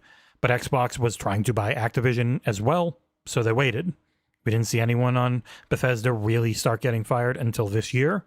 And now it's been a bunch. And they probably would have wanted to do it mostly last year, but they couldn't because it would have looked bad And for I mean, regulators. they had rounds of layoffs. Was it the year prior where like Yeah, the last some 3 Bethesda years, folks they've were- just been firing people nonstop. Yeah. Everyone yeah, has. it's just it's, If you're asking, am It's I worried been- about tech jobs? Yes. They are, none of them are safe. Not a single job in tech is safe. They are all on a bubble. It sucks. They shouldn't be. Everyone's making money. They just want to make It's more funny money. how But Roundhouse survived. I find What's it that? funny how Roundhouse didn't the Roundhouse Yeah, get no, merged they're into one of the others? absorbed into ZeniMax Online. I definitely actually- think Bethesda is going to be your Fallout Elder Scrolls It looks that way. just Looking that way. the safe IP. It's funny. Oh, I'm getting a response. I'm actually asking a question about Roundhouse that I want to talk about. I found it interesting that Roundhouse kind of survived in a way. No, they survived fully. They are just a part of ZeniMax Online now for helping with probably ESO and whatever the new thing is they're working on. But like Roundhouse was Human Head. They had that awful Rune 2 like Kickstarter thing. Like it's just they are survivors, it seems. It's just funny how, I know what I had heard about what Roundhouse may have been working on. So it's just interesting to see. I'm not allowed to talk about it. I'm asking if I can say what I had heard Roundhouse might be working on. I'm literally looking at my DMs now and they're saying... I think the only thing they've been working on is Redfall. That was what they were doing. They were all over Redfall's credits for working as support on it. So that would have been the main thing. This is something else that I believe they had pitched for. Mm-hmm. It's something I believe they had pitched for. It's dangerous to pitch. Yeah. And it's just funny now seeing them where they are. But anyway, that was quite a tangent. Yeah. I had to get that because I wanted to talk about it so much last week and I wasn't on last week and I had to get it off my chest. And I know people in the comments are going to be like, you're defending. It's like, oh, man, I fucking hate it. I hate everything about it. Those are two of my favorite studios. I don't like it. I will just answer why it happened, but I hate why it happened because it's stupid. It doesn't actually make any logical sense. It is just business, and business is generally evil and stupid. And it's like what we said on the trophy room last week. It's like you can make, one of the fastest selling PlayStation games is Spider-Man 2, and you still got to lay off people. And you can make a critically successful thing in hi-fi, and it just doesn't matter. But all companies right now are so risk averse. Money is it's much more expensive than ever, and things cost so much more now, and they are like, let's just take the safest bets that we can. It's survive until the second half of 2025 when Grand Theft Auto comes out and people start buying next-gen consoles, because they're not. Right now, it is still half or more of both Xbox and PlayStation's monthly active users are on last gen, because that plays Fortnite and Call of Duty and Roblox and Minecraft just fine. I mean, they're buying PS5s. They're just not buying Xboxes. But still, like half of that monthly user base for PlayStation is on PS4. Oh, I know that there's still like something like how many? It was still some ridiculous number of active users. They have 118 million monthly active users, which is really close to what Xbox has, and they both are like half or more are still on the old gen. But in terms of PS5 sales, they're not tracking that far behind the PS4, if at all. The last number they gave is just a little tiny bit behind, but it was also sold in, as in like shipped and not sold anymore. So they're doing okay, but they also lost a lot of money because of all the promotions they're running, which is another reason they're going from sales numbers being their number one metric for success to how much money can we make from the very large monthly active user count we have now. We want more. It's the thing we've talked about before. They've got the casual audience. For years. Yeah, they've got the casual audience, but they don't have the audience that spends nearly the same as per person as Xbox or Nintendo. So they've got way more people. So overall, they make way more money. They want more money per person now. That is their main goal. Yeah, well, and they'll talk about it more later in the month. Oh. They've got that investor live stream. Leading into the next story, because Microsoft's going to make sure that the sales continue to track the way they are at the moment, because according to Jez, our friend Jez Gurdon, there's an internal codename Latitude for more Xbox games coming to PlayStation, allegedly. Here's war. Let's go. I want it so bad. Give me the chains on the DualSense, goddammit. You know? Man, I'd love to be able to talk more about what I knew about all this stuff, but or have heard. Don't know. Man. What you've been told. Nick, my gates are open for Gears of War, to say now. It's just I find it funny. Like, should Starfield come to PS5? Do you reckon we'll get any apologies? No. Lucky guess. No. Yeah. Okay. I just find that funny. The internet is never humbled. Like, Oh no, you will that's get why no credit. I'm looking forward to the next month or so. I'm just going to sit back and wait for the next month. I'm looking forward to what I believe may be coming. The funny part of this was Jez put the Microsoft executives want there to be no red line, and everyone just said there's no red line. He's like, no, he made it. Yes, Satya and Amy and Tim Cook or Tim whatever his name is, the Mike Stewart? Xbox Tim Stewart. Thank you, Jesus Christ, could not remember the name. They want no red line and are getting pushback. But people took it the other way. We said this ages ago. Satya, if it was up to Satya, it would have been all multiplat a long time ago. Like we've said it on this show for years, a million times. Like we're talking about the guy that is like Microsoft everywhere, Office 365 here, Office 365 there, blah blah blah. If it was up to him, there would be no exclusives. He said that in the court case. Like if it was totally up to him, but that's because he doesn't. He probably openly admits that he doesn't get the video game world and the console world. Why are they happy to have a worse system? Like, I don't know, Satya. We're just used to it. Why aren't we everywhere? That's just how he thinks. But we'll see how all that goes. Can I say something? What I think? Yeah. Satya is going to get what he wants. Probably. It's just going to take a little longer. So when they're like no red line, it's like, well, Satya is is Phil's boss. That's right. Phil's if I've learned anything from management, always gets what they want. Always. Eventually they do. Yeah. So eventually, even if they've got people like me that fight them every inch of the way, they eventually get what they want. Assassin Entertainment, $10 super chat. Executive producer, Assassin Entertainment. Corporations need to understand one thing: growing a fan base and an audience takes time. When you nurture the devs, they make great games, which leads to more sales. Case in point, Elden Ring. That's right. Yeah. That's what I talk about, the bigger picture stuff. You can't just... Microsoft appears to be very short-term with everything they're doing and all the moves they're making. It all appears to be very, very short-term stuff. And it goes back to what I said before about how Sony, Nintendo, and slightly lesser extent Sony, because there are games that Sony could have given sequels to and they didn't.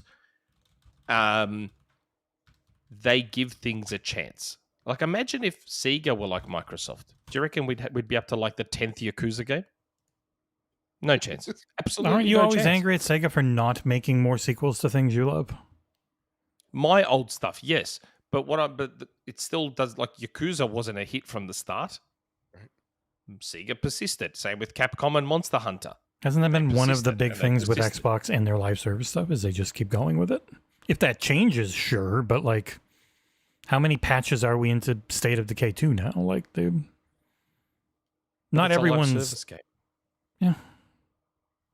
It's a live service game. Yakuza's not a live service game. How many patches did we get in Grounded? It's not. That's not actually a monetized live service thing. State of Decay 2 is not monetized either. Neither of those are monetized. They can be called live service, but like they've been supported. But that's why I said Microsoft wouldn't have greenlit Uncharted 2. Look at Quantum Break. Oh, that was a whole thing with. That was a whole thing with Remedy and budgets, and Remedy games don't make money, as we've now seen with Alan Wake 2 not making its budget back, despite being great. Like, yeah, one of the best survival horror games ever.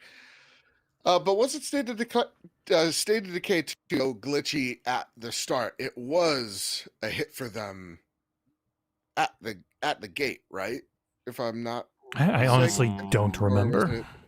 I don't remember how well it did at launch. I know, like, Sea of Thieves would be the main one people would point at, but that has turned into live service. It wasn't monetized originally. That came in a lot later once they had actually made it okay.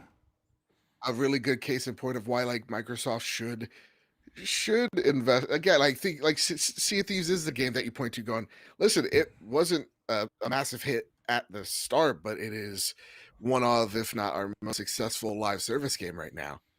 People love it, and I don't know. I get it.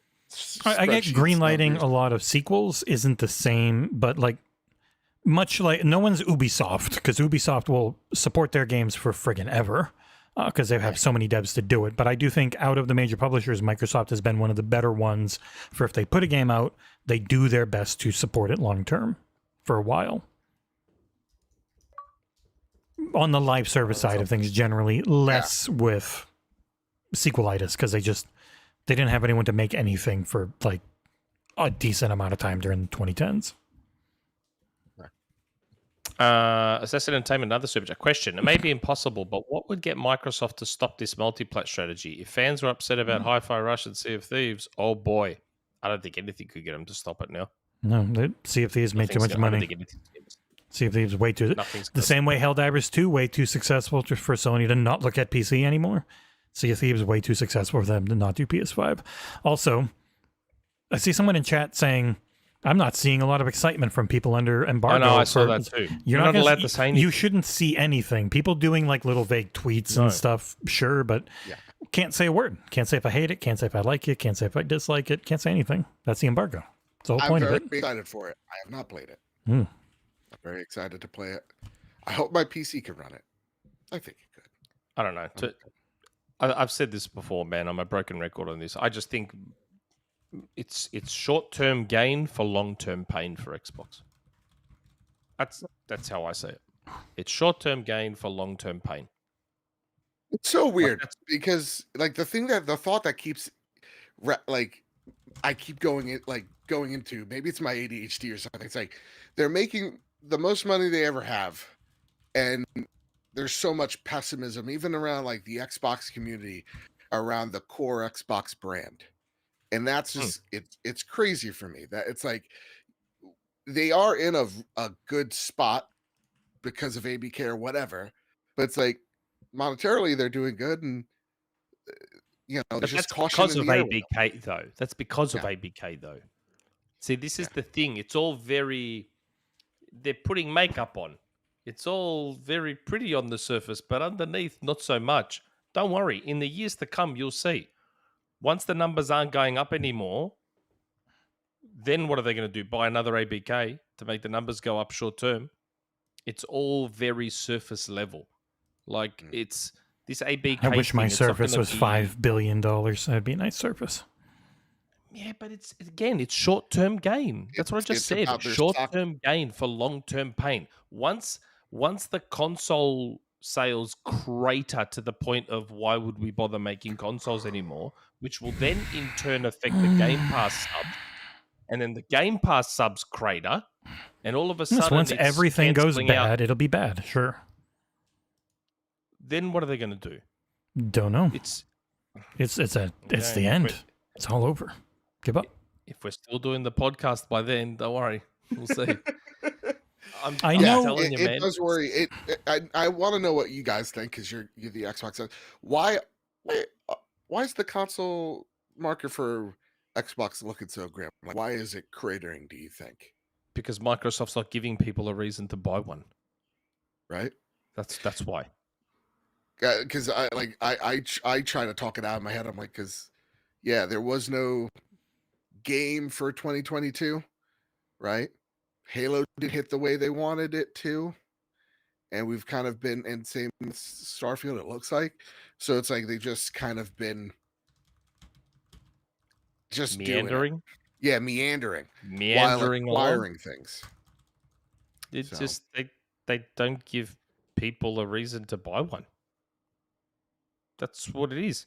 Because again, short-term gain. So when me and Jesse fight because I say they should lock down COD, and Jesse's like, they can't. I'm like, well, if they did, guess what would spike? Console sales would spike. And if console sales then spike, Game Pass subs would then spike. Short term, they'll lose money. Fucking oath they will, because all those people that would have bought it on PlayStation can't. So in the short term, there's going to be a hit, a big hit. But in the long term, when everyone just has to buy an Xbox for Call of Duty, then what happens? Long-term gain for short-term pain. But all they see is now. They need the numbers going up now. It's all about now. Got to get those numbers up. Fuck 10 years down the line. We've got to get those numbers up now. So I know we're going to talk about Call of Duty, right? I assume. Do we think Call of Duty is going to move the needle for console or Game Pass to the way that Microsoft wants it to? Well, let's talk about that. Yeah, Let's let's do that. move into that then. So that's the latest thing now. Who is it? Is it Wall Street Journal? Is it the Wall Street Journal that's reporting that Yeah. Call of Duty's gonna be on Game Pass this year, and everyone is acting shocked about it, and I don't know why. It's now an Xbox first party game. I don't. Yeah. Why is it shocking? That's same thought, man. And we've said for like what we complained about back in December, January when we first started hearing the multiplat rumors. One of the things I bemoaned was that they're not even giving ABK a chance to have an effect on anything, starting with Call of Duty being on Game Pass. Like, give it a chance. Because Grub tweeted about this. If they do COD marketing this year, and they have COD bundles with their consoles, and they put COD in Game Pass, and all of that has no effect, shut it down. Yeah. Shut it all down. Jesus As in like the console business. Because if that can't sell Jesse's consoles, Jesse's out. if that can't sell consoles, Yeah. if even that can't sell consoles, then nothing's going to sell consoles. Nothing's going to sell it. A lot of pressure. But like, I go back to like what you stated earlier, because like to me, it's like I'm surprised that people were surprised by this news. It's an actual party game now, and it should. Like I think the way I reasoned it in my head is like, oh, they're probably waiting to drop all these games in the Game Pass at their their Summer Game Fest event, and then there you go. And there's going to be a big push for COD, and like everything's right in the world. But do you think it's because of the news 2 weeks ago that people have such little faith in the leadership that they don't, they can't really take Xbox at their word anymore? I don't know. I think everything that's happened over the last few months will blunt some of the impact. Like, if all this multiplat shit hadn't started, then I think Call of Duty on Game Pass would have had a far bigger effect. Sure. Than it may now. I think had this shit not started, you would have seen a far bigger impact from COD on Game Pass. Where now, with the multiplat stuff, it should still be big, but I don't think it'll be as big as it could have been. Okay. But I still think they need to go old school now from the 360 days and market the shit out of the fact that COD is Xbox and it's on Game Pass and here's a bundle, and maybe do a limited edition console again like they did with Modern Warfare 2, Modern Warfare 3. Nice. Do limited, or do at least a fucking wrap. If you don't want to do a console, at least do a fucking wrap, for God's sake, for your own massive IP that's the biggest game in the fucking world.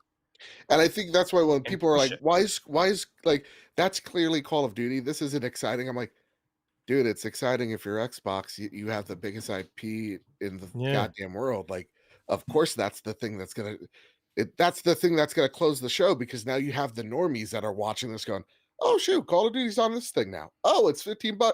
Oh, it's like, yeah, duh. Like, sometimes I don't know. I kind of feel like I want to shake the internet.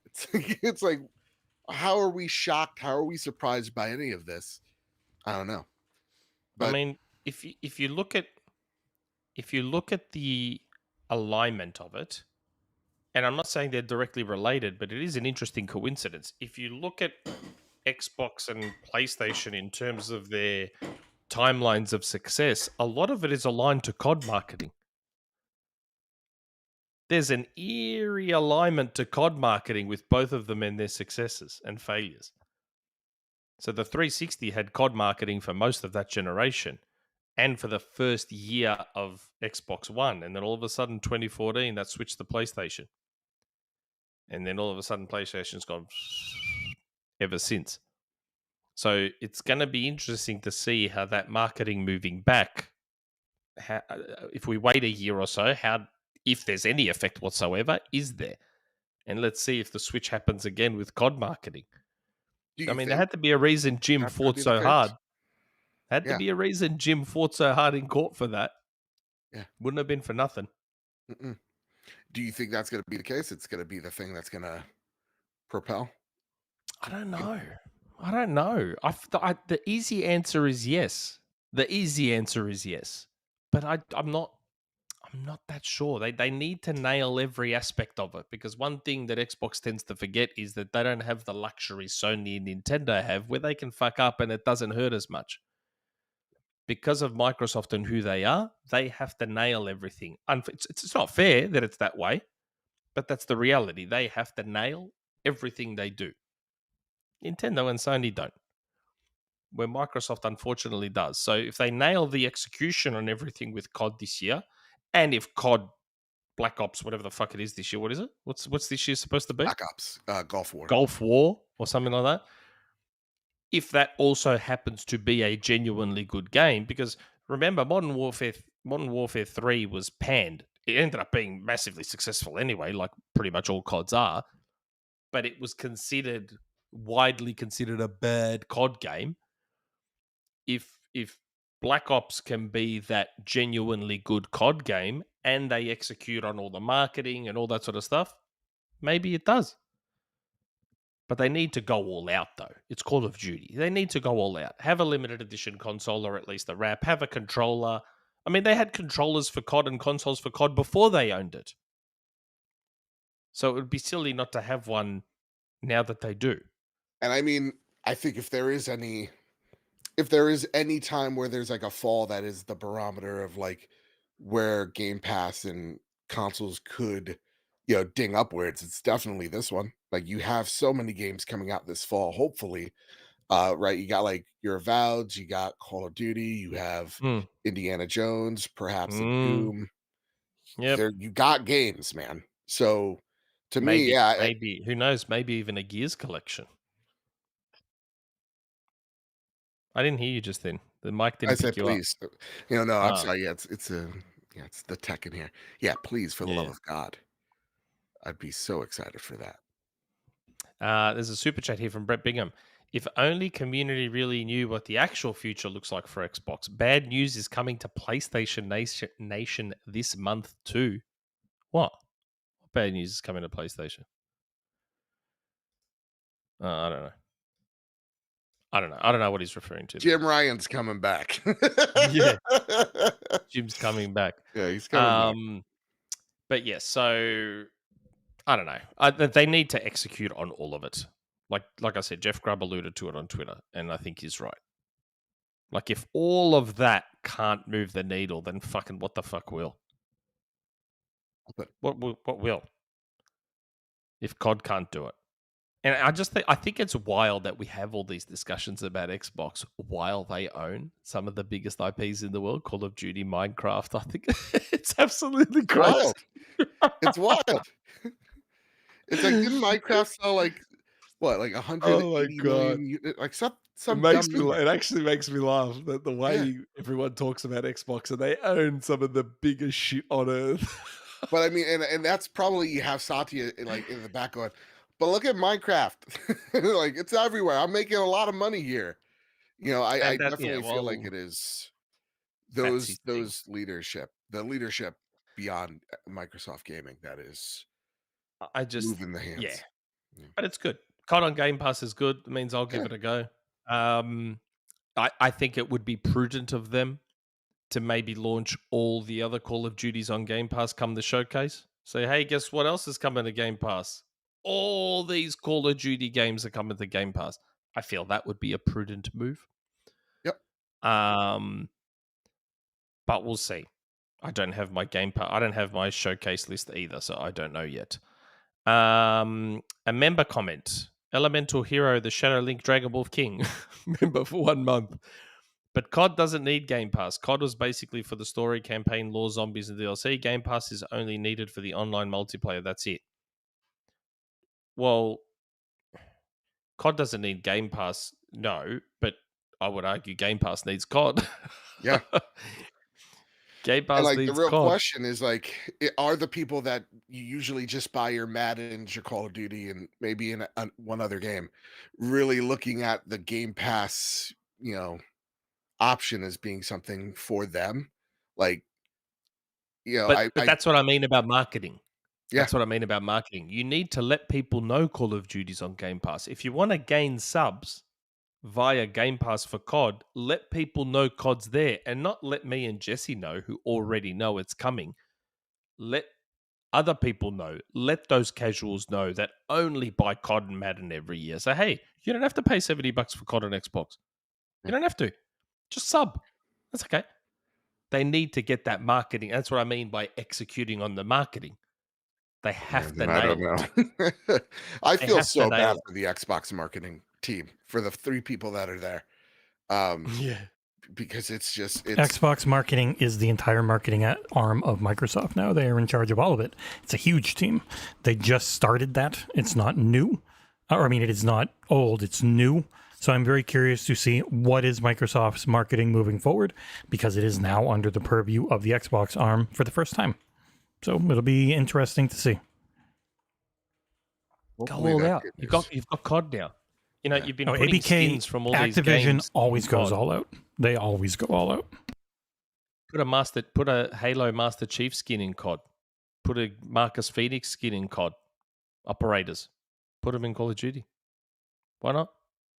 Well, Cross Kratos marketing, man. yeah. Cross marketing. I'm just thinking, like, actually no, I think Doom Guy would be the number one thing. But I'm just Well, saying, like, Doom Fortniteify was it, in dude. Like, COD. just Doom was in COD, but was not he as really? an operator skin. It was like all this, like The the shotgun. super shotgun and Yeah. key charms and Yeah. all that sort of stuff was in COD. I know because I got them, even though I don't But play yeah, COD that just much anymore. Fortniteify it, man. It's a platform. Mm. Just Yeah. reach out to Yep. everything and everyone. Yep. Um, Exactly right. You have your own equivalent to Fortnite in terms of that sort of thing, so use it. They put Nicki Minaj in there. They put who else they put in there? There's a bunch of rappers I have no idea anymore because I'm old. Yeah, they put a Um, bunch of stuff in there. yeah. But yes, we have now done that to death. What else? Speaking of multiplat, Square Enix. Square Enix have finally woken up and said, "Hey, why are Sega, Capcom, and Namco and Konami doing so much better than us?" Well, they finally realized why, and it sounds like they're announcing they're going to go full multiplat going forward, and probably not taking any more of these money hats. And it's not just from Sony, because everyone was like, "Oh, Sony." No, Nintendo were paying for stuff too. It wasn't just Sony. I think the reason why the focus was on Sony was because Sony's were the big budget things like Final Fantasy 16, Rebirth, where Nintendo stuff was cheaper to make, cheaper to whatever. Various Day Life or whatever. Like, Yeah. yeah, small stuff. So it looks like, yes. I mean, I had heard a while back that Final Fantasy 16 was going to come to Xbox. This news all but confirms it. I still don't think we're going to see the Final Fantasy remake trilogy ever. I think I've been saying for the longest time, I just think Sony refuses to let that go, and they will hold Square to whatever fucking contract they put in place all those years ago.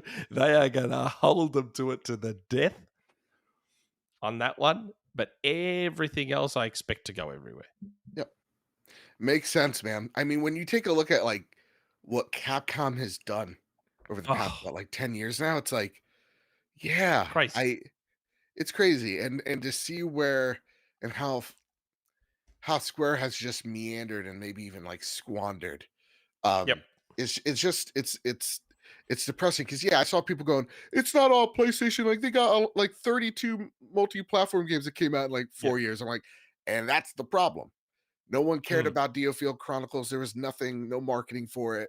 No one cared about Octopath Traveler 2 because the original wasn't on the platform. Like, it was all weird. It was on one platform but not another. But then the sequel's on a different platform. And they screwed that up completely. Foam Stars existed. Yeah. So it's like, yeah, they had all these little mini AA projects, but marketed at a AAA value, and it's just like, people were not on board with. And Final Fantasy should be the thing that's huge. Like 16's a great game. The 7 remake and Rebirth. I have not beaten Rebirth yet, admittedly. Great games from what I've played of Rebirth. Mm. These games should be doing better, and it's the Yeah. fact that, like, to me, why not have it day one on PC too, at the very least? Yes, Makes bare no minimum. sense. Yeah, Yeah, that's If- fine. You want to bend the knee to Sony and not put anything on Xbox, whatever. No one's going to buy it on Xbox anyway. Yeah. But why not PC? Why not PC? Like, it makes no sense. none. So that's I'm happy to see Final Fantasy 16 hopefully get like a redemption story on PC, and then when it comes to Xbox, you're seeing with Final Fantasy Online. I hope that's doing really good on Xbox too. God, they should have been doing this. Well, they're like, we're Ages not ago. going to be. Yeah, we're like, we're gonna stop taking exclusive deals. I'm like, why was this? What? It goes back to the short term games or gains, right? It's like, Yeah. who And you know what freaks cares? me out? You know what Yeah. makes those Sony money hats worse for Square? Hmm. They wouldn't have even paid much, Sony. We saw the contract that leaked for Resident Evil 8. They only paid like $5 million Yeah. for that. Because Sony's got that massive install base, it's like a poker hand. They just lean on it. They've got this big stack, and they just lean and lean and lean. They wouldn't have had to pay Square much for money hitting those games, because Xbox doesn't have the install base to threaten them with. Yeah. And Sony does. So those money. So not only was Square accepting those money hats, it weren't even a lot of money. I love someone hit me with a DM. They're like, you sounded very negative on the show about like Sony's involvement with Square, and I'm like, yeah, because it sucked for Square. It's great for me, the PlayStation consumer, but it sucks for Square. And at the end of the day, if we see them go under, right? There's a treasure trove of IP, of talent just gets wasted. Why? Because one dude was focused on NFTs and, again, like these really dumb contracts that went nowhere. I'm very worried for Square. When I saw those layoffs hit, I was like, all right, this is the ones where I'm sad, but the bitter understanding and the anger is not there. I really hope that they get more chances, because it's scary for them, man. Yeah. Well, hopefully they've made this call just in time. Yeah. And they can start to recoup everything and put it all everywhere. And again, it doesn't have to just be about Xbox. It can even be PC. Like you're like, as much as it pains me to admit it, because I've always shit on PC gaming for the longest time, PC gaming is very clearly hitting that point where it's a viable platform now to make money on. Because I personally don't believe it was in the past. It was just a bunch of pirates and people that didn't really play many games. But PC is now becoming a very viable platform now for gaming. So it makes no sense to be a third-party publisher that doesn't launch on PC day and date. It makes no sense. Yeah. It's silly. No. Even if you have this deal with Sony. If Sony still wants the money at you to keep you off Nintendo and Xbox, whatever, but PC, if Sony says PC as well, then you tell them to get fucked. Yeah. And say, no, we're launching on PC. But I feel like modern day Sony would understand that now anyway, thanks to Helldivers II. Mm-hmm. So yeah. So that's Square. Hopefully they now turn it around. I know they've restructured as well. A lot, yeah. They restructured a shitload. Yeah. C-suite down. So They said they're going to stop focusing. They're going to stop focusing on Rockstar creatives. They're going to actually try and have it be a regular studio structure. A lot of other people do, where it's not one person at the top leading things and things expanding and being all tied to this one person. They've consolidated teams. It's a more rigid structure with a focus on bigger titles, because the smaller ones just weren't hitting very hard for them. So, Yep. But they were putting out a lot. A lot. Yeah. A lot of Valkyrie Elysium. Yeah. Yes. A lot of I But forgot again, that the exists. problem is, the reason, like I noticed a lot of people going for the Sony stuff though, because all the Sony money hats were the big budget games that quote unquote underperformed, like Forspoken, like 16, like I think even Rebirth they said did less than Remake. It didn't. Yeah, and they did not Sequels put are out any never, numbers. like sequels in general. So a remake isn't going to do as good as the original, and then the sequel, when you're doing a remake, is obviously because people who haven't played the first one, not everyone who played the first one. If you didn't play the first one, you're not coming in. Like there's a lot of reasons why a sequel is not going to do great until they're all out. Even How many people beat remake? Like, yeah, it's. I don't know. It sucks. I don't know. It sucks. 'Cause, again, genuinely both great games that deserve to be played. Executive producers has Entertainment with another super chat. Nick, no sane studio or publisher or studio would skip PC. Makes no sense. Allow me to introduce you to a little known studio named Rockstar Games. There's don't always skip. exceptions to every rule. They do not skip. They delay to have two enormous launches where people double dip like Console crazy. launches. They are unicorn. They know Yes, that they are can, an exception to the rule. Yeah, they're big games. They're an exception to the rule. They're going to take their time and they're going to be gigantic. Grand Theft Auto is a power unto itself. Like, even though I think they're shit games, but that's just me. It is a power. Yeah, it is a power unto itself. Like Rockstar knows, like, why release on PC day one? Because all the modders. Remember, you got to remember that there's other little things that a lot of people don't immediately think of. Yeah, if you release on PC day one, you're going to hurt console sales. You're also going to get the modders who will make the game look even better to make the console versions look even worse. And then you're not going to get the double dippers. Where if you release on console first, you'll get all the sales out of Xbox and PlayStation that you're going to get. And then about a year or so down the track, a lot of them will just go and double dip, as well as the PC players that were waiting for it to come out. And then you'll have the GTA 6, PS6, and next Xbox versions. And then you'll get, like, they're going to be selling GTA 6 for the next 15 years. We're speaking about a game that has sold, what was the number? Like 200 million units? Something like that. Yep. Yeah, a stupid number.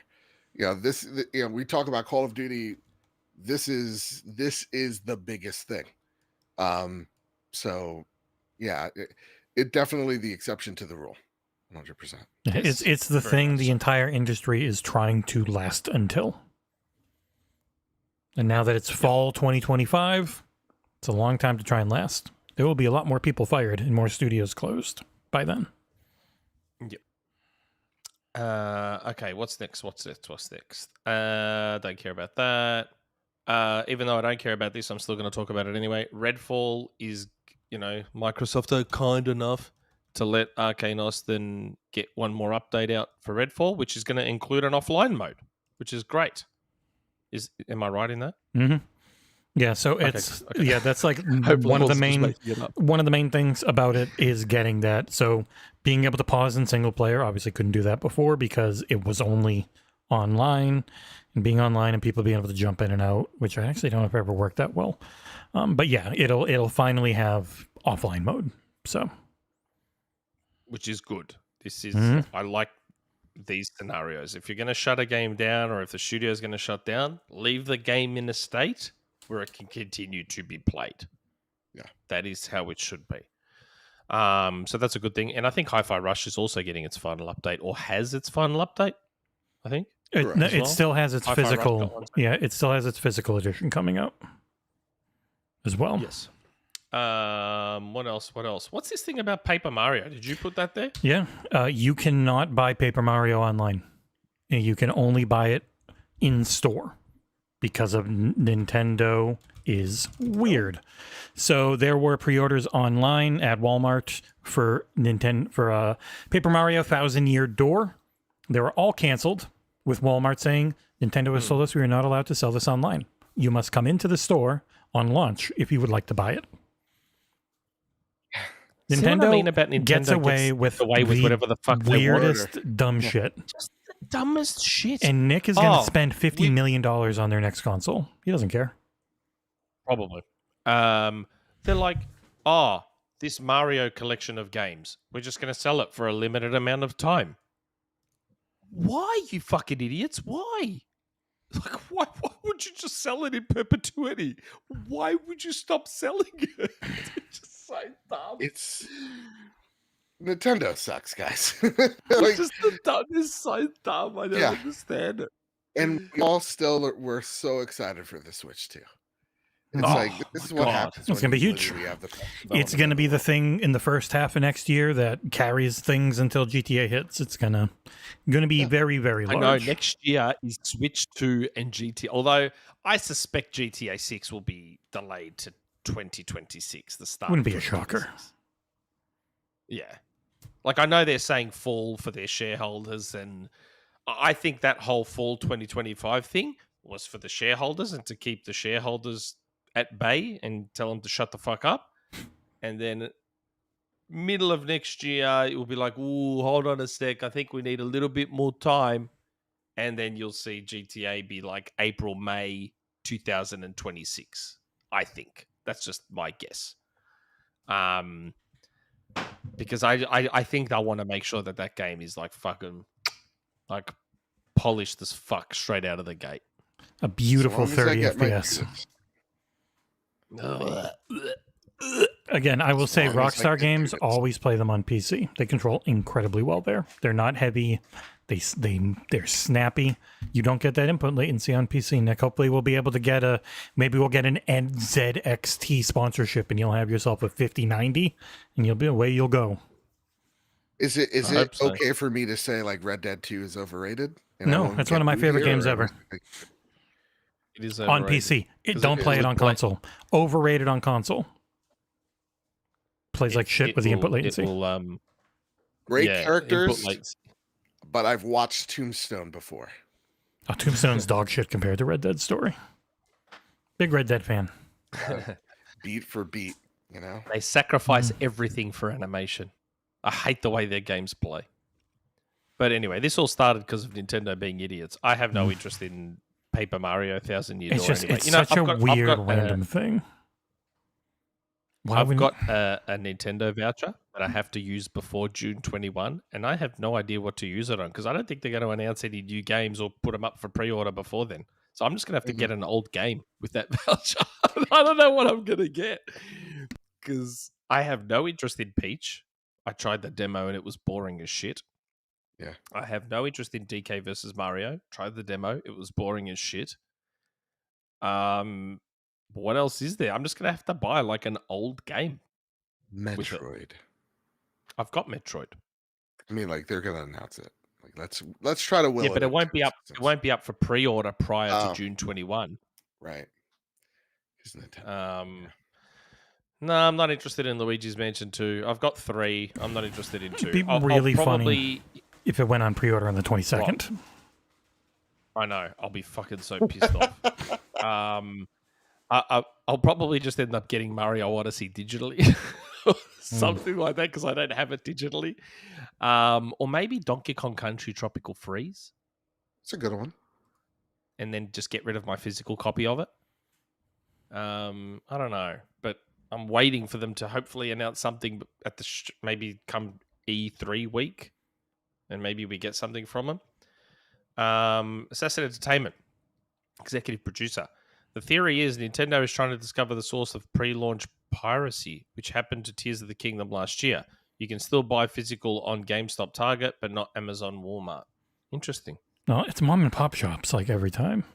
There was one from Senior Bean as well. Yes, that's right. I forgot about that. Sorry. Senior Bean. I stopped buying microtransactions in Modern Warfare 3 because there has been no indication that it will carry over to the new game. I hope it does. Seems like a misstep. Yeah, that's true. Now that it is a platform, they need to start thinking about that. Yeah. I bought the T-Rex man, so I pray to God that my T-Rex man carries over. That's why I spend in Fortnite, mate, because I know that stuff's hanging around. Money's safe there in Fortnite. I have a down payment on a car in Fortnite spend. Like it's so do I. I'm not proud of it when I say it. There's no way known I've spent less than $1,000 Australian in No Fortnite. way. There's no way known it's less than 1,000. Dude, I have like 70 characters. Like it's Nick I have has a lot more. 160. Yeah. I have like 160, and that's includes battle pass skins too, because I bought a few battle passes. But like, I've bought battle passes for my kids, and I've bought skins for my kids. So there's no way known I've spent less than $1,000. There's just no way. too Crazy embarrassed to look. stuff. Crazy stuff. You know, I'm curious on Nick. My Top Spin review started playing, and I keep seeing more and more 8s and 9s for this game. Are we crazy? I thought it was bad. Top Spin. Yeah. Really? I saw like another 8.5 today. I'm like, what the fuck? What game did I play? It's so bad. It's so bare bones, and it does not I play don't know. well. Maybe they're not actually really playing it. Mm. And they're just giving it an 8 or a 9 because Top Spin's back. I did not have any fun I don't know, man. playing that game for like 25 hours. I hated every moment of I it. was disappointed. Yeah. I'm going to go back and give it another shot, but I was disappointed. And I love the first Top Spin. I thought It's just the weirdest original Top Spin roster. was And it's great. like, yeah. I don't know. Oh, the roster is bizarre. The roster is so weird. It's so much worse than So tiny indie games. Yeah, there's like an indie game that's got Djokovic and Nadal in it, and Top Spin doesn't. I'm like, what? Anyway. You pissed off Gary I Barwick, think that'll though, do Nick. for the news. He's mad at you. Sorry? Gary Barwick's mad at you. I'm Why? sorry. He's like, this is why you should never run a company, Nick. I agree with him. Gary, mate, Gary. If I ran Xbox Would've closed would be years ago. number one. Xbox would be number one, and I would have had Sony shut down for free. I would have done it for free of charge. PlayStation would have been taken out of business, mate. Joe wouldn't have a podcast. I'd be talking They'd be about gone. Ouya. It would be Nintendo era. Yep. Or we would have hired him at XboxEra to be part of. With our complete our lack of podcast. money. I hope you like Xbox codes. I can get you those. Who would have paid him in Xbox codes? I mean, listen, I get them on the trophy room. It's nuts. So I don't even, that doesn't even sway me anymore. Mate, God, it's so weird. I'd take fucking PlayStation out if I was running Xbox. Feels too soft. I'd walk into Satya's office and I'd be like, mate, I don't give a fuck about what your numbers say. Call of Duty's exclusive to Xbox. And that would be it. It'd be the end of it. And fucking everyone would be rejoicing when Xbox sells 100 million consoles. Mate. I bet he walks in, he says that, and then he's like, who are you? Get him out of his security. You know, get out of So here. he doesn't have to Nobody say whispers anything. He songs just gives a here. look at the camera and they just come bursting in and take you down. Who is this ethnic person in my office? Get them out of here. Get the guy behind Boeing out of here. You know, like, Where's We need to hire Boeing's that guy. assassin? Get him in here. Where's the hitman? Get his guy out of here. Okay. Now, next part of the show. Jesse, which one are we doing today? Are we doing The one that's Botigia highlighted. Modia? We are. Yep. It is a. And we've got a video for it. We do? Did you get the video? No, I keep asking. I have not. I don't You have one. ignored my DM. I sent you a DM. We have a video of it. When did you send me a DM? I literally sent it to you. There it is. Oh, the It is SharePoint? right. Okay. I'm gonna. It was a giant Yeah. link. Yeah, just vamp. I'll download it. Ah, okay. So yes, so Joe has never been part of Name a Game, let alone what you hear, my dear. We only just started it. So I don't have access. we do a game show. We do Can't a game download it. show where. Oh, really? I requested access. He's asleep. I won't get it. Annoying. I wonder if I can download it. Let me see if I can download it. So we do a game show. Guessing games are the worst thing. I'm the worst at. This one It's my is not ADHD. as hard. So, name a game was my dumb thing where I make a synonyms and you got to guess the name. This one's much easier. What year, Okay. my dear, is just I give you the name and platform of a game. Sometimes it's name, platform, and region because obviously Japan used to get things way earlier. Name, platform, region. You give me the year it came out. That's it. Oh, okay.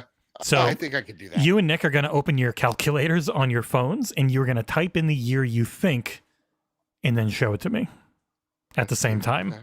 Oh, is that what we're doing? Yeah, it's a much easier way to go about it. So, All right. Okay. I'm just gonna write it. I'm gonna go old school and go pen Sure. and paper. either works. So yes. So Yes. normally we do name a game. where we synonymize the name of a game and have to guess what it is. So Jesse would say, large whatever it is for Mass Effect or something like that. But now we're doing the years. So they're both fun games. We do have a video for what year Medea, but we haven't downloaded it because Predrag sent it as a link as opposed to sending us the actual video. Oh, God. So That yes. son of a bitch. Yeah. All right, So- you could curse on there. Yeah, this fucking guy. Yep. Oh yeah, no, we swear all the time. The So theme. what's the theme? Is there a theme? I did a theme this week. I didn't the first time. The theme for this week is going to be the 1990s. Okay. So every game I do will have come out in the 90s. Okay. I was 10. Mhm. In Nick that has a one, little so- bit of an advantage, for sure. Yeah. So I was born in That's not 1980. So But you do have the advantage of Nick being. Actually, you don't have any advantages. He's very old, so. I mean, my memory is that of a goldfish, so it's gonna be great. Number 1. Get your calculators and pens ready. Number 1 is Golden Axe for the Sega Master System.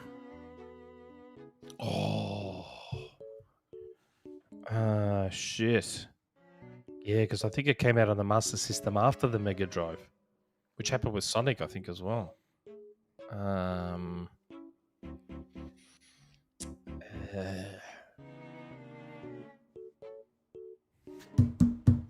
Make it a random guess. If you win by... So, Nick wants to do the... If you don't go closest without going over, you get 1 point. If you Okay. nail the year, you get 2 points. What? Why not? When did that happen? I don't. You guys literally did not nail the year once in the first game. You got it wrong every time, all 15 times. No, I think I got it right a couple of times. Thank you very much. Get an extra point. Spices it up. All right. Golden Axe on Master System. Yeah. Are you I wish ready? I owned the Master System. I got a bunch of Hold on, these, hold on. so we're gonna be quick. All right, I've got All right. mine. I've got mine. Show me your answers in 5. Oh, I was gonna count it down. Go. 1990 from Joe. 1992 from Nick. 2 points for Joe. It was 1990. Oh, I was but a twinkle in my father's eye. Damn it. A direct hit on the first one. We did 15 of these the 2 weeks ago. Not one of them from Nick or Gene Park was right on the money. Well done. All right. Look at Gene. Number 2 is Super Metroid for the Super Nintendo Entertainment System.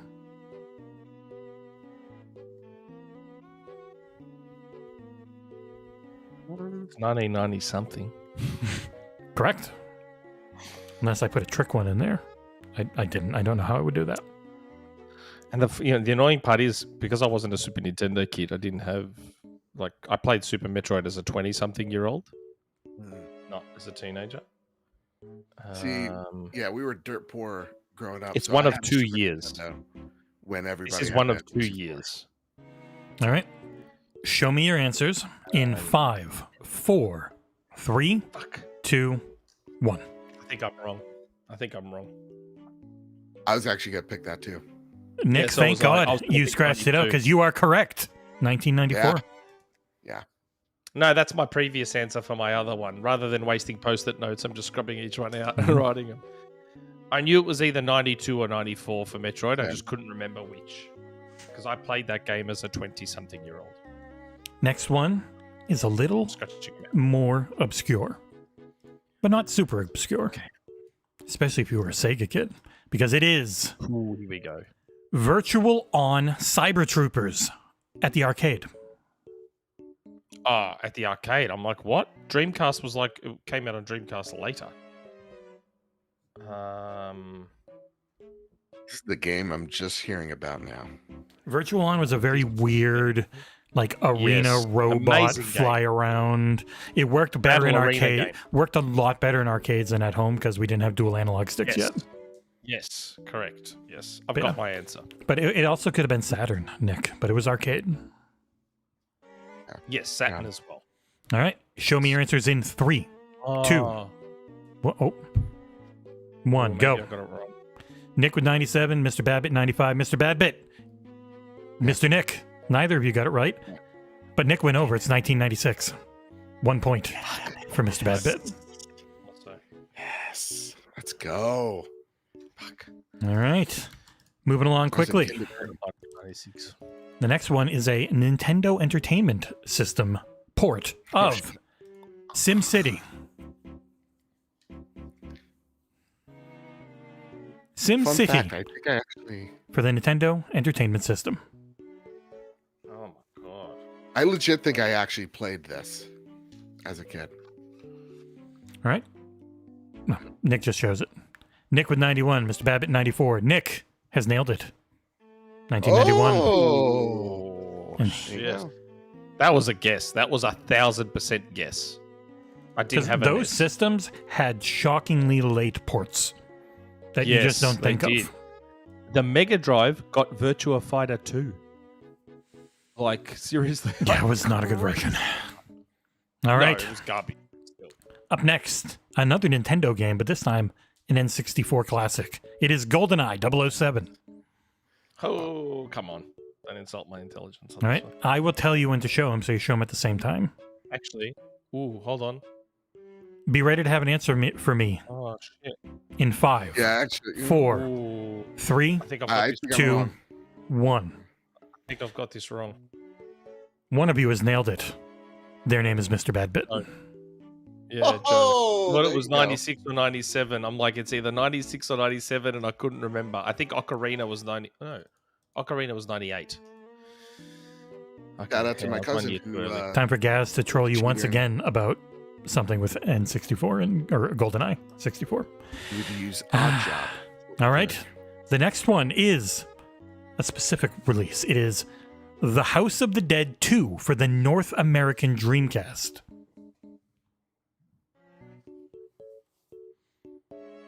Because it launched with the Japanese one. Fuck. Fun fact: 4th grade Joe always wanted a Dreamcast. I thought it was the coolest thing ever because of the little memory card in the controller. It was the coolest thing ever. The Dreamcast is the greatest console of all time. And anyone that tells you otherwise is talking out of their ass and doesn't know what the fuck It was a they're very talking good about. one. Had a lot of fun games. It was the greatest console ever made. Shout out to my friend Anthony. He was the only kid in class that had one. We were all very jealous. This is one of 2 years, and I'm trying to remember the North American launch. Well, you've got 5, 4, 3, 2, 1.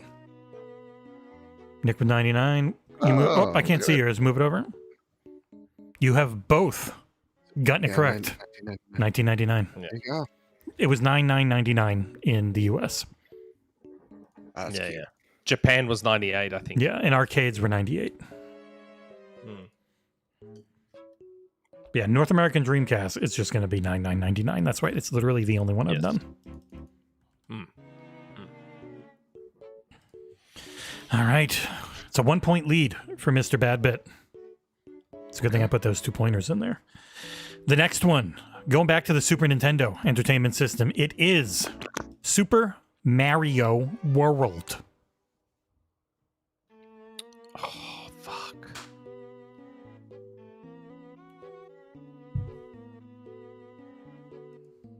It's either one or two, and I'm being bold. First off, Super Mario World is the best Mario 2D. Oh, and I've got to give the region, Wonder. Japan, Super Mario initial Wonder. Have you launch. played Wonder? I played a few levels of Wonder. Wonder is the best 2D Mario game. So this is Super fact- Mario World in Japan, the initial launch of the game. I've got my year. I've got my year. All right, show me Yeah, I yours got mine. in 3, 2, 1, go. It's 2 years old. You both smoking crack? You're both way over. It was 1990. Oh, really? Yeah. All right. Even in Australia, it was 92. I looked it up. Was it? I didn't have a Super Nintendo. I just explained that with Super Metroid. I Wow. I wasn't. probably didn't even exist yet. Like, fun fact: old Nintendo is overrated as fuck. Like, Sega was better back then. No one wants to admit it, and no one wants to talk about it. But 90s Sega was better than 90s Nintendo. Same with 80s Sega. Nintendo got good from like late 64 onwards and started to surpass Sega. If I was Satya, that. I'd be calling that Bowie assassin ASAP. All right. Sega shit on Nintendo. The next Back one is for MrBadBit. It's an original PlayStation title. That title being called Metal Gear Solid. Oh. Shit. No, Solid. I don't know. This is one of 2 years. This is one Right? of 2 years. I'm giving you 5, oh, 4, It's gonna kill me. Thinking 3, it's either 5 or 2. 6. 1. Go. It's gonna kill me. 97 for Nick. 96. 96. It was 1998. Nick gets the point. Oh, okay. We're Well, tied. it was either 98 or 97, and I couldn't remember which because 2 was like 2001. Yeah. Okay. Back before there was like PS1 was 7-year my- dev cycles. Was my grandma console. That's what, like, they'd be like, come over, we have PlayStation here. And they only had Wave Race or whatever that one was, and demo discs. Oh, wow, that's beautiful. Holy shit. Mm. Yours or like you, like what's, that's all, Yeah. that's in great All right. condition. The next Yeah. one. That's been sitting there for like fucking 20 years. This one was on everything, essentially. As Genesis and Super NES, specifically, though quite different between them. It's Disney's Aladdin.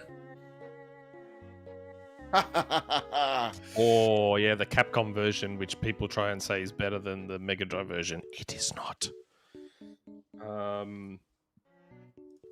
The Mega Drive version was actually animated by Disney animators. Like, it was the Really? superior version. I'm going to need your answers in 5, 4, 3, 2, 1. Whoop. Sorry, I can't see. 94 for Joe, 93 for Nick. Nick with the 2 points. It was 1993. Loved Aladdin. Told you, on the Mega Drive I know. I'm not a Super Nintendo kid. How are you with DOS? Because the next game is the DOS game. It is, of course, Doom Space 2. Oh, 2. I was just about to write a year down when you said Doom, and then you went 2. I was like, ooh, hold Doom on, that changes 2. things. For the DOS. 1990 something. Shit, he knows it. Show me your answers in 5, 4. Wait. Doom 1, I think, was 93. So, 2. Okay. 1. Show him. You're both wrong. It was 1994. Oh! Wow. Okay. Yes. Off by a year. Very close. Very close. You play Guess the Game on the trophy room. Every time there's a DOS one, we're like, someone still can it. Like, give us the answer because there's no way on God's green perfect earth. We're leaving the DOS. We're going to the arcades. Yeah. When did X-Men versus Street Fighter come out?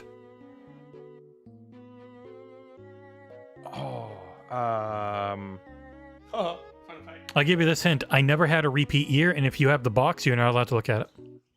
Okay, well, that's not arcade. Never. Yeah. Hey. God damn you! Listen, He's a shout hoarder. out to Hey. Nick. He takes great. He's care wasted of all his stuff. time. I He don't- now has 5, 4, 3, Wait. 2, 1. 96 and 95. It, in fact, came out in 96. Nick's Nick's turn pulled this one. away. He's up 4 Yeah. now. 11 Fucking game, man. to 7. Good fucking game. It's pretty good. And it inspired X-Men 97, literally using his arm motions for optic blast. What a Fun perfect shit. series. Yeah, it's one of the best things I've ever done. I haven't watched it. You should. Maybe It's the about 97, it's yeah. about as good as Marvel's ever been. All right, Yeah. Okay. we're going back to the PlayStation. The North American launch of Gran Turismo on the original PlayStation. Oh. This is later than you think. Mm-hmm. This is actually later than you think. Giving it away, if you're right. I used to work at EB, and I remember Gran Turismo 2's demo reel constantly running, and that song just stuck in my head because I was listening to it all day, every day. Give me your answers in 5, 4, Let's go with it. 3, 2, 1.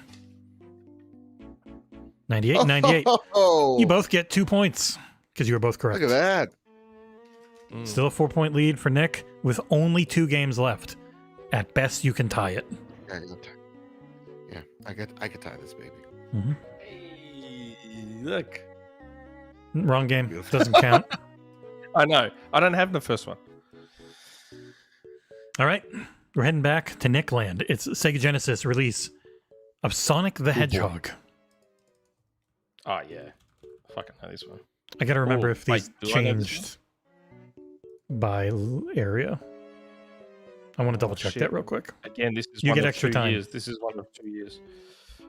Shit. Okay, I've got my year. All right, just give me a I think I second. might be off by I want to a make year. sure that it was the same in every market. Being an American, I just always think of America, but it might have been different in a different same. market. Okay, right here it just says it was the same for everywhere. All right, gentlemen, show me your years. I've either got this right or I'm behind a year. It's You either were 90 or behind a year. 91. It is 1991. I thought Let's so. go. Either 90 or 91. I knew it was 90 or 91. Don't choke I this just couldn't away, remember Nick. which. Don't choke this away.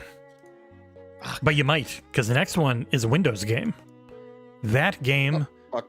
being a seminal classic known as The Curse of Space Monkey Island. I used to play on PC. I actually Really? took part in PC gaming a lot in the 90s. Way more than This now. does not seem like your type of game, though. No, but I played full throttle. Hmm. And I used to play Police Quest and Space Quest as well. All right, this this is for one here. all the marbles where we'll be tied, and I'll just have to look up Okay. a couple Not my year. live Now on it's the air. next one. I have no idea. Gentlemen, Neither do I. in 3, It's a guess. 2, 1. MrBadBit is closer, but it's not enough to get the tie. It was 1997. Oh, Jesus Nick has Christ. won Wow, 13 to 12. Oh, that was close. We were gonna have to do sudden death where I just start looking things up live on air. And that was getting Sonic wrong too. Mm. Jesus. Hot damn! We got Well, a there you go. GG's in chat. GG's. GG's. You might not know much figure about how out- businesses are run, but you've won. Congratulations, Nick. You don't get anything. But who did win something from me if they contact me? Did you even say? Yeah. I was playing. I forgot that we play for Me too. patrons. I played for MS and Joe played for Fabian Winkler. MS. So sorry, Sorry, Fabian. Fabian. but Please, MS. any way you can. Twitter, Discord, forums, Patreon itself. I'll try and check. Yes. It's really hard. Please message me. I will get you a game. Thank you, everyone. GG's. Time to turn this music off. Yep. I miss the music. It's been a little while, Oh, whoops. but we have. Are you ready with the button, Jesse? There we go. Gameplay. That's better. We have a Rumourmill. Oh, shit. Oh boy. Hitting the button. It's the rumor mill. We've never heard that before. It's the rumor mill. Things change, we can't be sure. It's the rumor mill. You know they may not come true. The XboxEra Podcast is not responsible for websites presenting these rumors as facts. And we're back. Okay. I like in the chat already. I'm seeing Fortnite. I think I actually do have some Fortnite ones coming up, but this isn't Fortnite. Now, It's really crazy how you told me the exact date of the showcase. It's pretty. now nuts. this is an interesting rumor mill, and I need to be extremely careful about how this is worded. I Yes. don't want to be misinterpreted. I don't want people shitting on me saying you said. So I have to be careful. This rumor mill is going to be different to how I structure my other rumor mills. And there's a reason for this. The actual rumor itself, what I have heard, what I have been told, I'm not going to tell you. I'm actually not going to say it. That's where this rumor mill is different. With this rumor mill, it's going to be my speculation based on something I was told. Because if I tell people what I was told, it leads directly to my source. This is one of those rare things where not many people know about this thing that I was told. So if I say what I was actually told, someone's going to get in massive trouble. And I would say even explaining it in this depth and detail is probably too much. could You get just, them in trouble. yeah, you should literally just have said it and then not intimate anything else. It's just pure but speculation. But I have to make it clear that the rumor mill, I'm actually not going to say what I've heard. I'm going to speculate on what I think that thing means. Do you know what I mean? Sure. So I heard something, I was told something, and it was about the Nintendo Switch. And what I was told leads me to believe, I wasn't told this, it just leads me to believe that we could be seeing Dreamcast games come to Nintendo Switch Online. So I'm not saying that Dreamcast games are coming to Nintendo Switch Online. That's not what I'm saying. And I'm not saying I've heard that. I haven't. But what I was told makes me believe, gives me reason to believe we could see Dreamcast games on Nintendo Switch Online. So some people may have caught on Twitter that I said, oh man, I've just got the best Switch rumor, and then I deleted that tweet.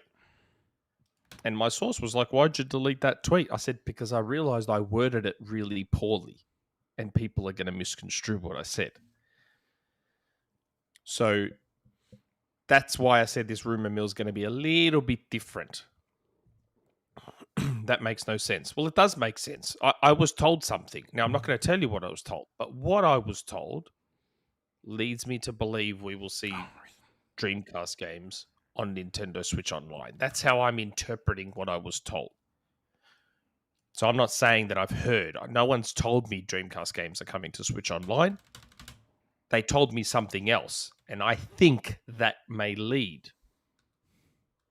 to Nintendo Switch games online. I call this a weak rumor mill. I don't know any of these people. Huh? I said I don't know any of these people. Like, I don't know who you are. You guys are complete strangers. Nick does not know, represent XboxEra Corporation Limited. Yeah.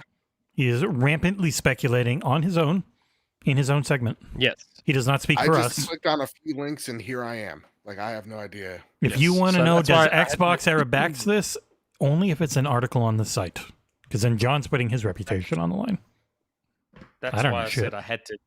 This was going to be a little bit of a different rumor mill. I got told this and I got very excited. And Fapped one out. that's why I got extremely excited at the prospect of Rigidly, turgidly excited. possibly coming to Nintendo Switch Online. So I was like, oh Just man. there to start rooting. I was like, fuck, that would be the best if that happens. So, but yes, I can't say what it was what I was told that leads me to believe this, because someone will get in big trouble. I haven't seen anyone in chat ask you to say it. We got your back. I know. That's why the game adaptation newscast said that makes no sense. I don't know why it doesn't make sense. It should make perfect sense. But Nick's rumor is he heard something, so he made a guess. yes, that's why I said it's a different rumor mill. That's why I said I'm structured. It's the guessing mill. It's kind of pointless. It's true. I did hear something, and I wish I could say what it is I heard, but what I heard makes me think Dreamcast game. And man, if Dreamcast games come to Nintendo Switch Online, it's all over. It's just fucking all over. You can download all of them on archive.org and emulate them on almost any device. I have a Dreamcast. I have one. It's in that cupboard behind me, right there. I have a Dreamcast with like. You got so high pitched that your microphone stopped working. It started cutting out. Now, because now I got a to phone this call. Bloodborne rumor you were telling me behind the scenes about. They sold the Bloodborne IP I to was Konami. getting a phone. Pachinko machines. Woo! Don't dare. Don't you dare. Yay! Bloodborne remake. Never coming. Yay! It's per special Nick. Yes. So that's the rumor mill. I'm sorry if people don't like that. I may have some more Fortnite stuff coming soon, though, and I know everyone loves that. Although I had one of those at the start when I talked about Wolverine and Deadpool movie versions being in Fortnite, which I'm sure will come a year after the movie. Like all of Fortnite. They'll celebrate the Blu-ray release being out for 3 months. It's so dumb. It's so fucking dumb. Oh, cool. This Fallout TV show is like popping off. Maybe we should get the Fallout stuff out now. Nah. 2 months later. Fuck yous. It's like, what do you mean, bro? What do you mean? Oh my God. I've been speaking to Ricky about that stuff. He's like, man, I don't know what they're doing. It's like, that shit's like broken behind the scenes. I have no idea what their strategy is, what their plans are. It's so busted. But anyway. So for those of us who love their Dreamcasts, like I do, man, if Dreamcast comes to Switch, oh boy, I will just There's too many new games for me to ever want to go backwards. Oh, but can you imagine? Like, I can play all of them right now. Just there on my Switch, Power Stone 1 and 2, just there. What's solo against the against the PC? Oh. Ugh. Man, it'd be so good. Just Virtua Tennis, Virtua Fighter, Sonic Adventure, Marvel vs. Capcom 2. Oh God, yeah. Oh, Sonic Adventures and Marvel vs. Capcom 2 is. You couldn't pay me to play Sonic Adventure. Gonna take you for a ride. Oh man, that music. Man, Wild Hearts was fun. Take me back. Take me back to those days, man. I remember that Dreamcast launch so vividly. So vividly. I remember going to EB. Dangerous, Nick. They had like this night, for like a pre-launch Dreamcast night at my local EB. And they had like Dreamcasts set up all over the store. And they had House of the Dead 2, Sonic Adventure, Ready to Rumble. All these games were all set up around the whole shop. And everyone was losing their shit. Like, because remember, the Dreamcast was the first time we were getting arcade perfect ports at home. That was the moment when it was like, oh my God, the arcades are at home. And everyone was like losing it. And then 2 years later, you had people walk into EB going, you got boot business. You guys got any of them boot business? And remember Bleem? You could play PlayStation 1 games on the Dreamcast.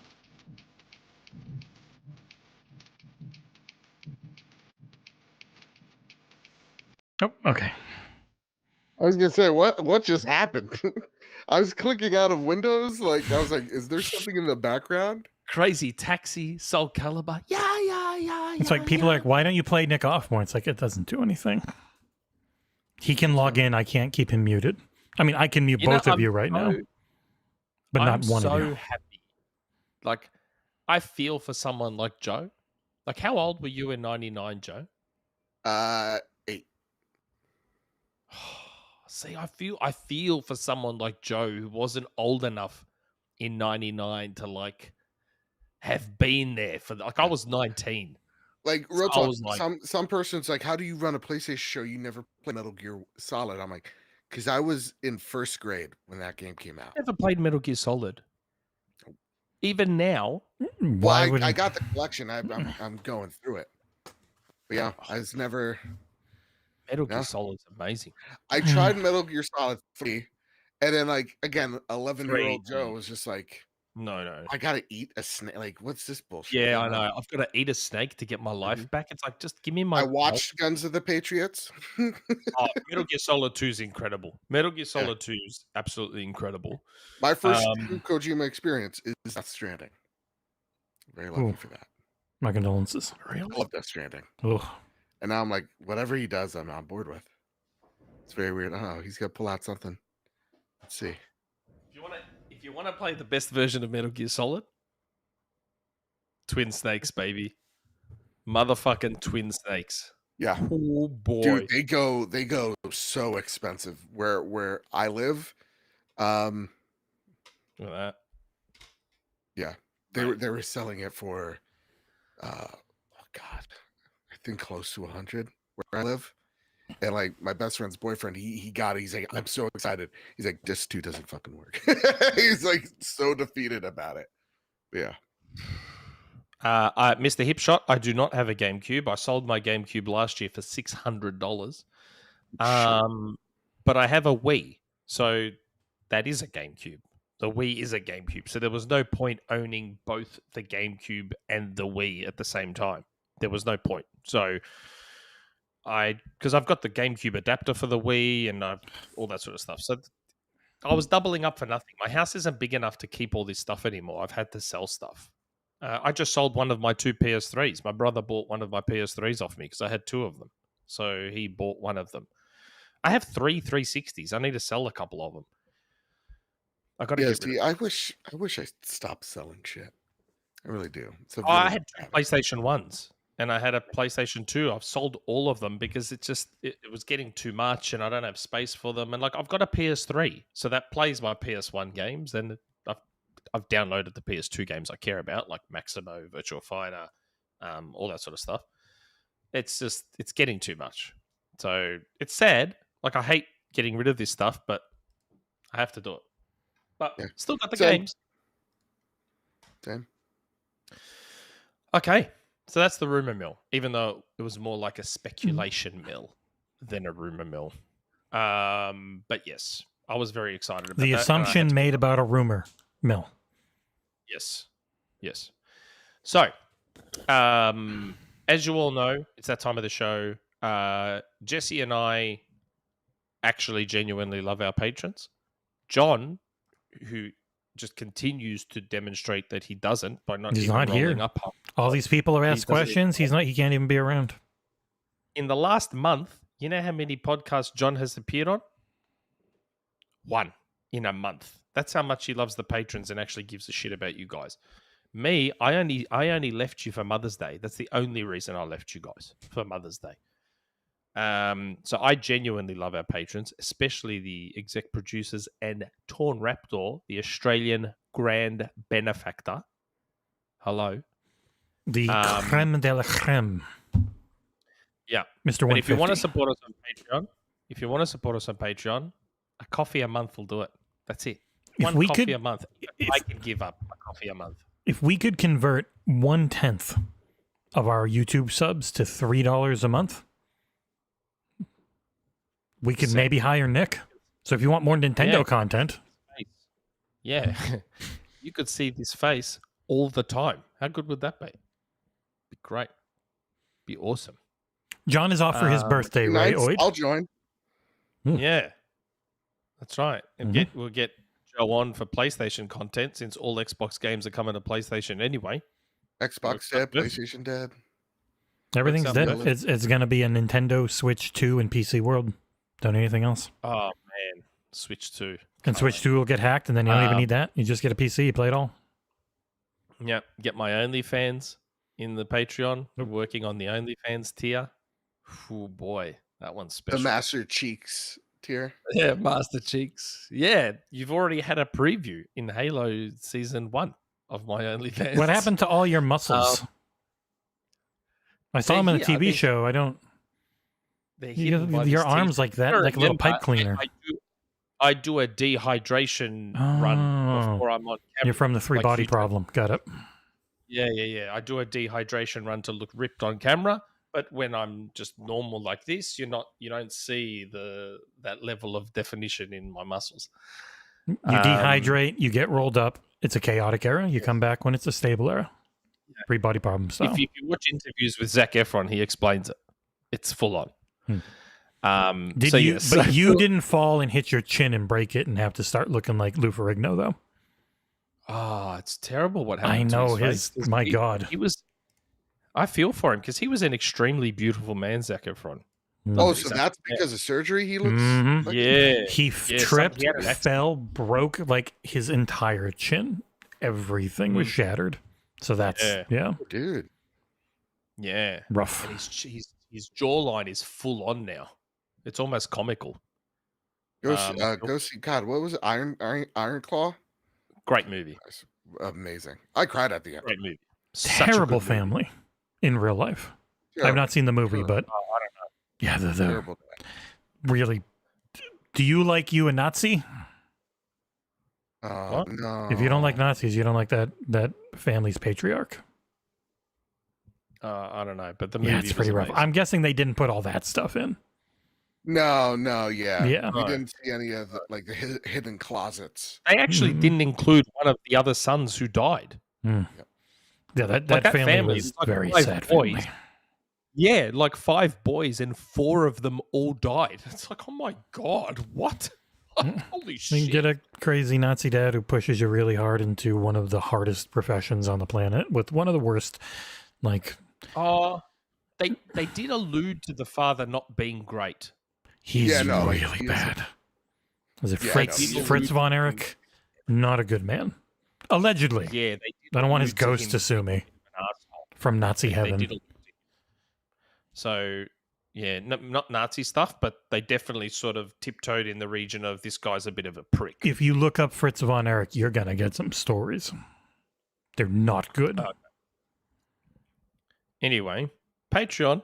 So, If you want good stories from not Nazis, go to patreon.com/XboxEra. we do a movie podcast where maybe we should talk about Iron Claw on the next episode. I feel like we should start getting guests on the movie podcast. Would you do a movie podcast, Joe? Oh, 100%. We generally record them same time on Friday nights, like once a month. Friday night. It's Yeah. once a month. It's like once a month. That's all. Mhm. Yeah, I Nick feel has like we terrible should start- taste, so you might have to Nah, watch bullshit. a bad movie, but we'll see. Well, what do you think's like a bad movie? God, Me? what is some of the I don't shit you think there made are us many watch? bad- He fell Yeah. asleep during I watched Dune 2, I fell asleep during June 2. and he missed every good Dune 2. scene. Yeah. He had us watch, what was it, Very Bad Things? Or Very like, bad things. Yeah, oh my Classic. God, it was so He fell painful. asleep during Dune 2. Yeah. Yeah. Like, I could understand 1, because it is... One's the setup. One's the edge, 2? and 2's the climax, where it's just spurting everywhere. And he fell asleep during it and missed every incredible scene. Worms woke riding up into the city, They were never even. fighting at the end. Yeah. He I missed. woke up and they were fighting. Look, Nick's movie tastes are very particular. Though, much like me, he did really enjoy the friggin' Late Night with the Devil. God, that movie was good. I really want to watch that. Really Awesome. bad. You should. It's been huge on streaming too, which is very nice to see. It's a great film, Late Yeah. Night with the Devil. But And we- you should also watch Devil, just Devil.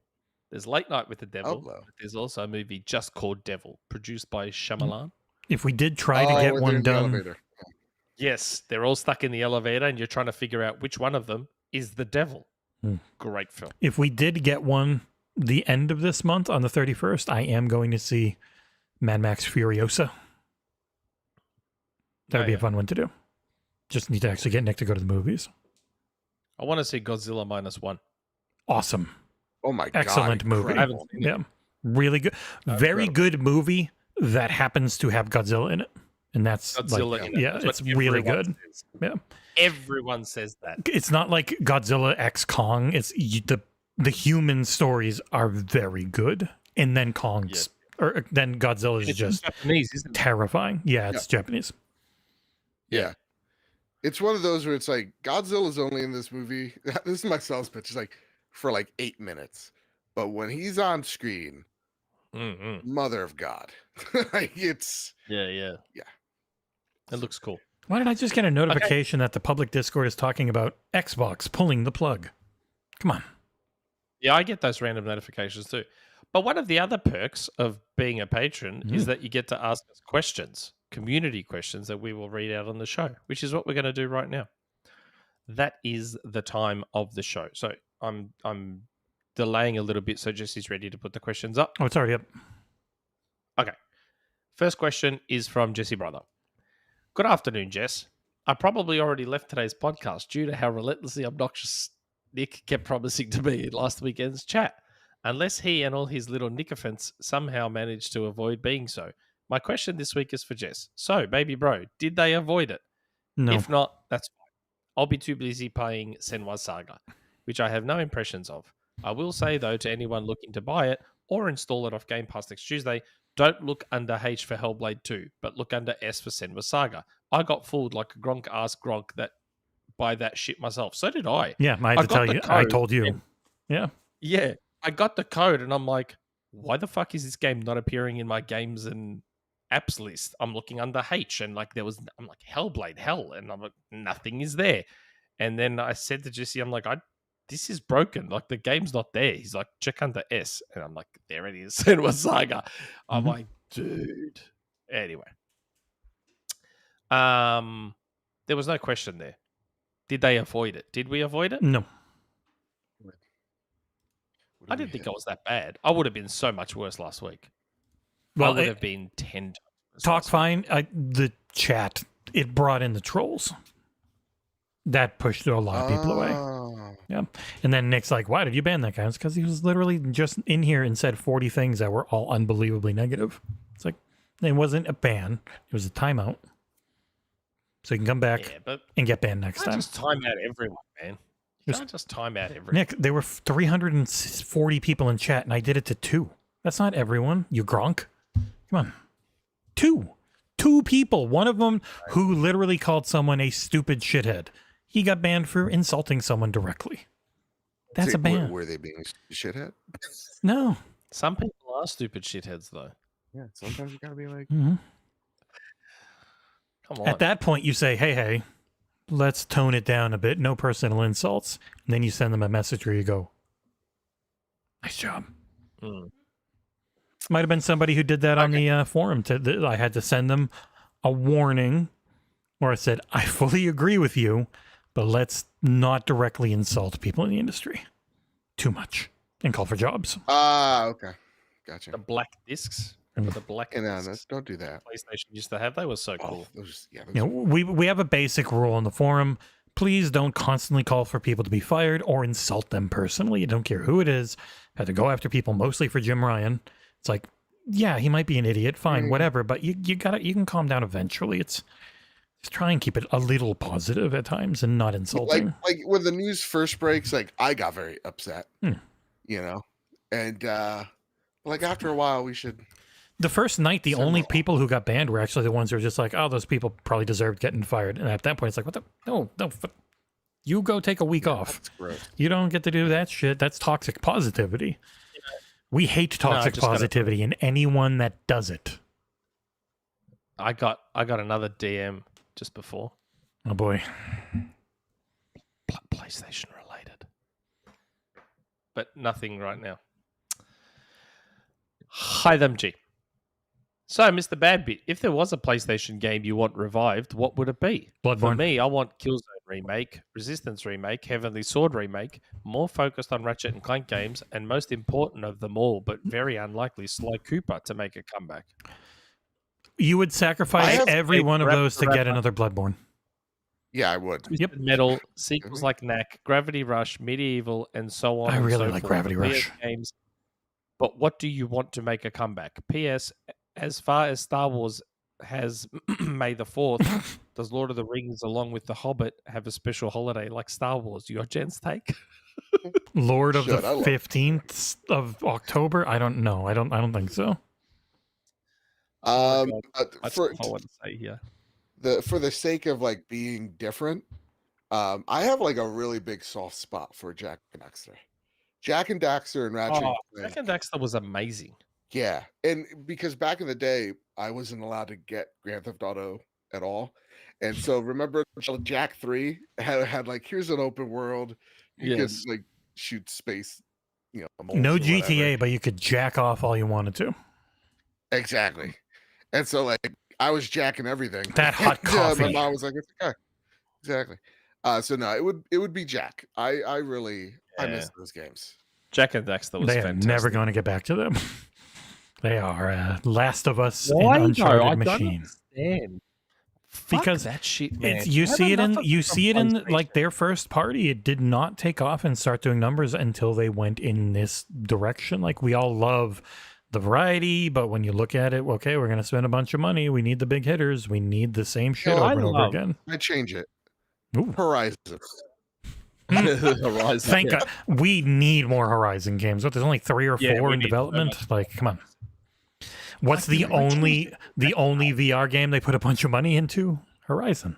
It did shit. The original Jack and Daxter was so good. The original one. I love that game. I made sure I collected every fucking precursor orb and just fucking did everything in that game. Loved it. Speaking of Horizon, I do think there will be another Horizon release on PC. It will be Call of the Mountain once they make that headset work on PC. Yeah, maybe. Like, they're going to make the headset's dead. They're not pushing it. They're not putting out games for it. They spent a bunch of time and money to make a game for it. It sucks because the headset, like the tech behind It's a really great. nice I love screen. it. Yeah, it's one of the best screens. Yeah.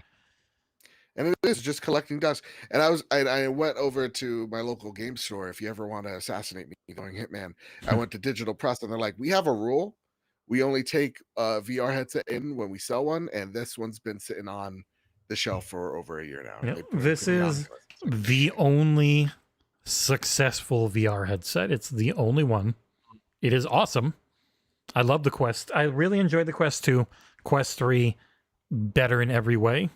So at that point, it's just like, it's the only thing that's still getting games. It's getting the friggin' Batman Arkham game, which I do hope comes to PC too. Like, yeah, I feel bad because the PSVR 2 is like really nice hardware. It just doesn't. You can't have a closed platform. Like, a lot of the major use for a Quest is it works perfectly on PC. You just need a cable, or you can do it all wirelessly. It's incredible. Like, if you have a good new graphics card, you can use the AV1 codec, the new one, and it feels native. It's ridiculously nice. So yeah, more Horizon. Sorry, I'm checking my DMs. Oh, because you this hate the question patrons? Okay, John Jr.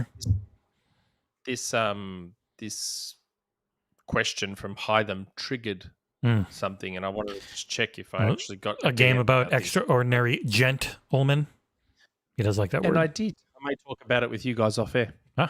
Sure. Sure. I would like. Screw I'd you, love audience. a sequel to Killzone. Hmm. I would like a sequel to Killzone Shadowfall specifically, because I loved Shadowfall. Shadowfall was such a good game.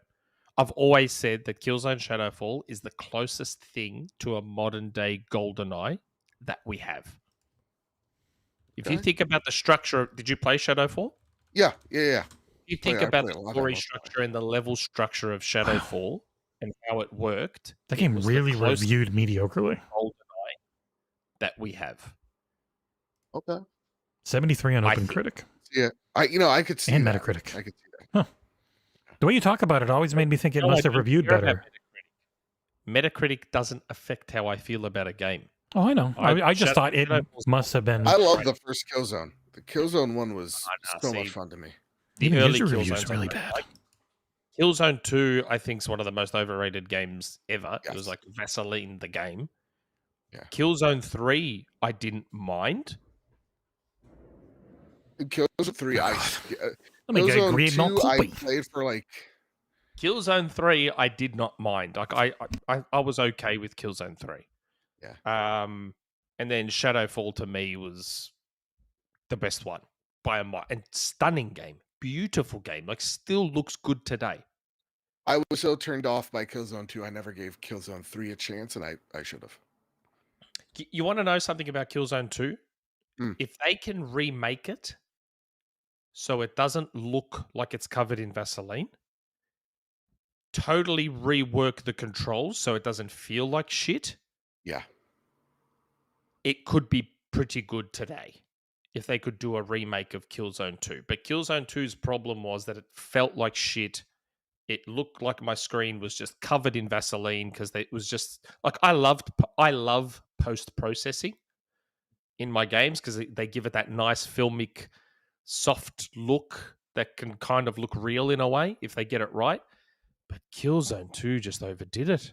Oh my God, it was the amount of shit they were just throwing at the screen to hide everything. It was just insane. Oh And no, it he's just- playing you off again. Yeah. Huh? Gravity Rush is fantastic. I've got Gravity Rush 2. That's good. And I think I've got Gravity Rush on Vita because it was given away with PlayStation Plus back in the day. Yes. Gravity Rush was great, and then there are some things that don't age well. I'll put it that way. There's a sewer I've only scene. played- That's very weird. I've only played 2. I bought 2 on PlayStation 4. Oh, okay. I played it a couple of months ago as well. Went back to it again. It's fun. Like there's some disorienting stuff about the controls and the way she flies. I feel like if they were going to do a Gravity Rush 3, they would need to tweak how she flies a little bit. Some of that stuff. Because I can understand how to the general populace it would be awkward. But other than that, see, that's the sort of stuff I used to love from PlayStation when they did cool stuff like that. They were weird. They did weird Yeah. things. The PS3 era for me was the best for PlayStation. For me. What about bringing back Mr. Mosquito? I didn't play that. It was really weird. In PS3, it was the console that made me fall in love with PlayStation. Yeah. Truly. That was my favorite PlayStation, the 3. Like Echo Chrome. How good was Echo Chrome? Like for me, like I remember because I used to be a big Xbox fanboy. And then my Xbox broken. Yeah, and I was working at GameStop, and one guy was just like, I'm selling this for weed. And I'm like, I'll buy it from you for $80. And I just got to rent everything from GameStop, if you catch my drift. And so like I remember like during like the blackout, like I got so many free games. I lucked in. Oh, wow. Like here's a little Big Planet, you know. I was playing Yeah, like yeah. Uncharted 2, everybody's freaking out, and I'm just like, dude, Uncharted 2 rocks. They're like this God of War actually hits. Like I had a lot of fun. Man. There's a lot of See, play Echo Chrome. You can get it on PS5 at the moment. yes. It's such a clever puzzle game. It is such a clever puzzle game, Echo Chrome. I love it. It's almost a work of art in and of itself. It's such a good game. PlayStation Plus, if I'm not mistaken. It might be. It might be on one of the tiers of PlayStation Plus. Yes, the PSP version. Okay. I've got it on PlayStation 3. It was one of the first games I bought for my PS3. I loved it. But I was into those smaller games. You in the know what else PS3 we generation. love? Our patrons. What? Next question. Oh, right. Yeah, I know. Loco Roco Cocorecho, Dead Nation. Just, loved all that stuff on PS3. LazarWolf. Hello, my favorite corporate bootlickers. Oh, no. Could Xbox learn from Sega on how to make games faster? They are doubling down on their best sellers by reusing assets in a way no other publisher seems to get away with. Persona games reuse the same animations and personas. Like a Dragon reused location assets and animations. Even Unicorn Overlord reused voice lines from Like a Dragon. I thought Unicorn Overlord was Square. No, It's not Square?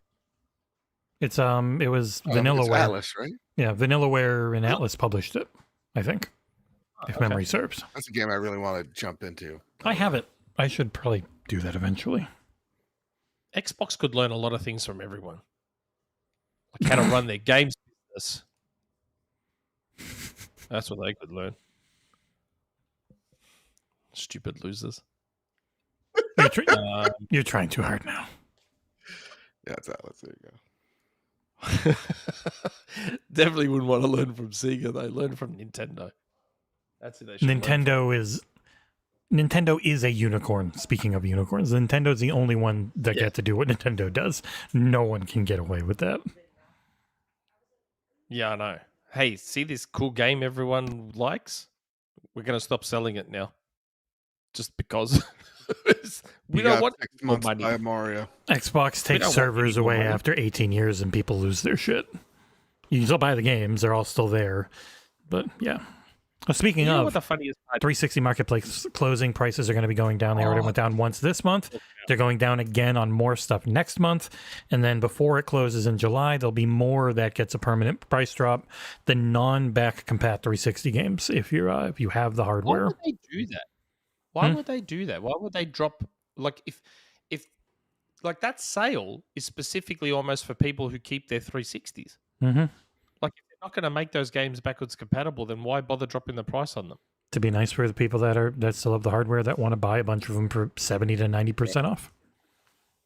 Do we think that maybe there's going to be this super secret out of nowhere batch of BC games? Like, hey, No, you know, the all those point is, games- it is the stuff that's not, because if it becomes BC, it can still be bought because it'll be on the new store. But it's only the stuff that is not backwards compatible that will not be able to be purchased after July or the late July. So if they make it Seems backwards weird. compatible, it then makes it pointless because you can buy it on the new store. Well, no, they could make it backwards compatible and not continue to sell it. That's happened before too. Oh, I mean, They but it's made not that they're not losing the license to sell them. They are just closing down the servers that back it all up because those servers, as Eden has told us before, routinely break the current store the way it's all set up. So it is a lot of work and money to keep all that going. This is why they're finally giving up. Okay. All right. Next question. Lee Layfield. Kalimera, guys. Crazy week. The industry certainly is in a spot. My advice, play the games. Most game journalists, let's badmouth Xbox Redfall into the ground.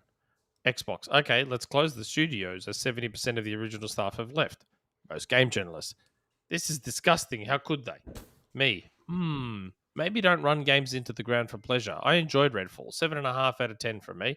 Was looking forward to the update. Which patron said last week Square should go multi-platform and put the remakes on Switch too? Oh yeah, it was me, your friendly neighborhood insider. Peter Pan will be next for Sea of Thieves, not yet ready to announce. Peter Pan makes sense for...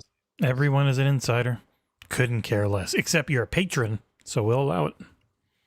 Any patron, you want to do $50 a month, executive producer? I'll give you a segment on this show where I'll very quickly show your insider tweet and then hide it. 3 seconds. Peter Pan would actually make a lot of sense for Sea of Thieves. A lot of sense. Or at least Captain Hook. If not Peter Pan specifically. At the very least, Captain Hook. Mm-hmm. Like have a ship and the sails and the whole lot. Would make a ton of sense. Surely Sea of Thieves is big enough now to warrant... I mean, they've already done the collab with Pirates of the Caribbean. Like, That was huge. Hook would make a ton of sense. Ton of sense. Have a big crocodile in the game. Like Oh my the God. crocodile. Come on. Let's go. Yeah. Yeah. Put in little crocodile pets. And Lee's right. Lee's right. Like, they all wanted to shit on Redfall and everything, and then they're like, well, why are you closing this studio now? Not that they did that for Tango. Tango's the opposite. They all love Tango. But anyway. I don't think Ghostwire Tokyo did... It did okay on reviews. It wasn't, like, super high, I don't think. It was like a 7 or an 8 or something. But like Hi-Fi that. Rush was loved. Yeah. Hi-Fi Rush was loved. That was universally loved.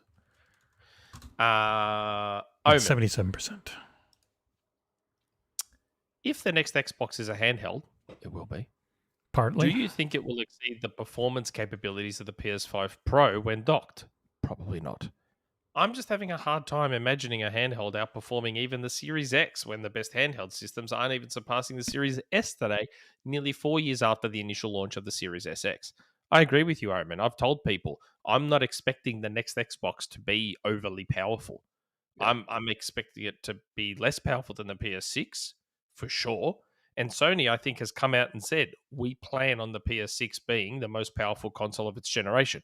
They probably know something for them to say that so confidently.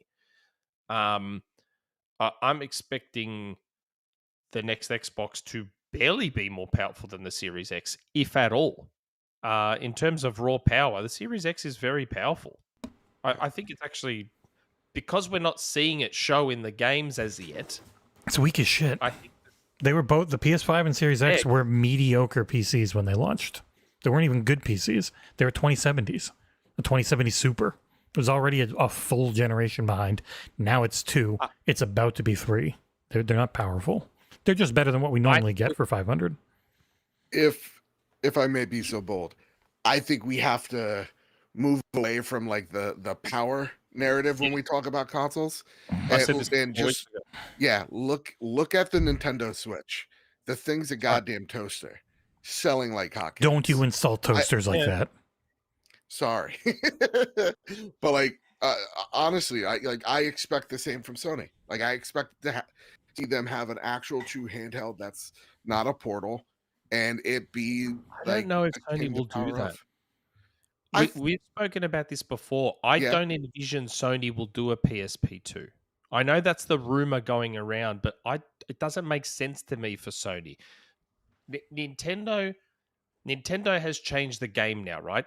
The reason you didn't see a lot of handheld successful is because most people didn't want those portable only games. Right. Sony sold us the dream with the PSP and they didn't fulfill the dream. So they sold us the dream of console quality games in a handheld. Do you remember? Mhm. I was old Yeah, I enough. I thought was in it'd my be- 20s yeah, with the PSP. yeah. They were like Oh, console PSP. quality games in a handheld. And to an extent, they kind of were. But at the same time, it was mostly just games people weren't overly interested in. Nintendo changed the game because they literally gave us the home console games in a portable because the console was 2-in-1. Yeah. I don't think a PSP 2 would be successful these days because it's not like if Sony's going to do a portable, it needs to be a portable PS5/6. Otherwise, it's not going to be successful. Yes. So the things that I'm thinking, this is me saying it out loud for like the first time in a very long time, is if I'm PlayStation and I'm trying to look at things outside the traditional console, Mm. right? I'm seeing things like the Steam Deck and I'm seeing Mhm. Nintendo hit this ocean that is like Mm. this hybrid console approach. Mm. And you're seeing the rise of all these little handhelds popping up, Mm. and Portal is doing better than all your estimates said it was going to do. Mhm. Then you're like, oh, there's an audience here that wants Mm. console games on the go. On the go. Maybe that's how we are able to show Sony corporate that there is growth here. And so that's Yep. what makes me tend to believe that I truly think like like what I would want, not think, what I would want out of a PS6 is actually something that is more Switch like. Like I don't Yeah, me actually too. need games to look any better than what they already do look like. I No. want the ability to just take it wherever and Yep. be able to play those games. Maybe not at 60, maybe it's at 50 or whatever, but like, maybe it's at 720. I don't care if I'm playing it on the go. That's where I think both Xbox and PlayStation are headed because they see that I'd this love for that. this home console is we saw what it can do, and now here is something that we think there's a bigger market here. That's what I'm I thinking. would love if the future was nothing but hybrids from everyone. Yeah. I would love that. Ew. I would absolutely love that. Nah, Gross. that'd be great. Horrible. Because I just part of Nintendo's success is that they now don't have teams making DS games and Switch games. No, It's all that's just not Switch. part of it. They had two separate markets that were almost both as big as what I they've had with know. the Switch, and then they messed I it know. all up and had to combine. That's not the success now. That's the desperate clawing back of what they lost. I'm talking about their development pipeline now. Part of It's fine in the what's Wii U helping years. They had a ton of Nintendo good games. They just didn't have a platform people wanted. they're no longer spending money developing DS games and home console games. It's all one now. They were able to do both makes fine. life easier. They and it's did both cheaper. of those fine for decades. They had no problem. No, it was spreading them thin. There were plenty of articles about how it was spreading them thin. And Sony is already now struggling to put out more than 1 or 2 games a year. What are they going to do? Worry about... They're already winding back on VR. What are they going to do? They're going to develop for a PSP2 and a PS6? Not going to happen. That's not going to happen. Either Sony...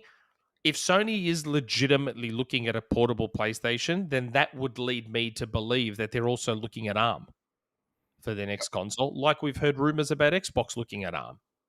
Maybe they're all doing it. Yeah. I thought I read something about PlayStation. They cannot make a portable PlayStation that will have back compat with PS5. Not for a long time. If they lose back compat, I'll They fucking don't. lose my shit. The only reason Xbox can do it is because they can target Series S versions of games. Like they couldn't make a back compat Well, it's Series not just X. that. It's not just that. Microsoft also put a ton of investment in not tying their backwards compatibility to specific hardware. Well, yeah, but trying to hit the Series X version of a game just is not going to run on a handheld for like a decade. So 2 days ago comes from one of my favorite sites that is an XboxEra. They're the XboxEra is number one, and then it's PS Lifestyle. From Zerminacon, PS6 might have ARM CPU. Sony job ad suggests.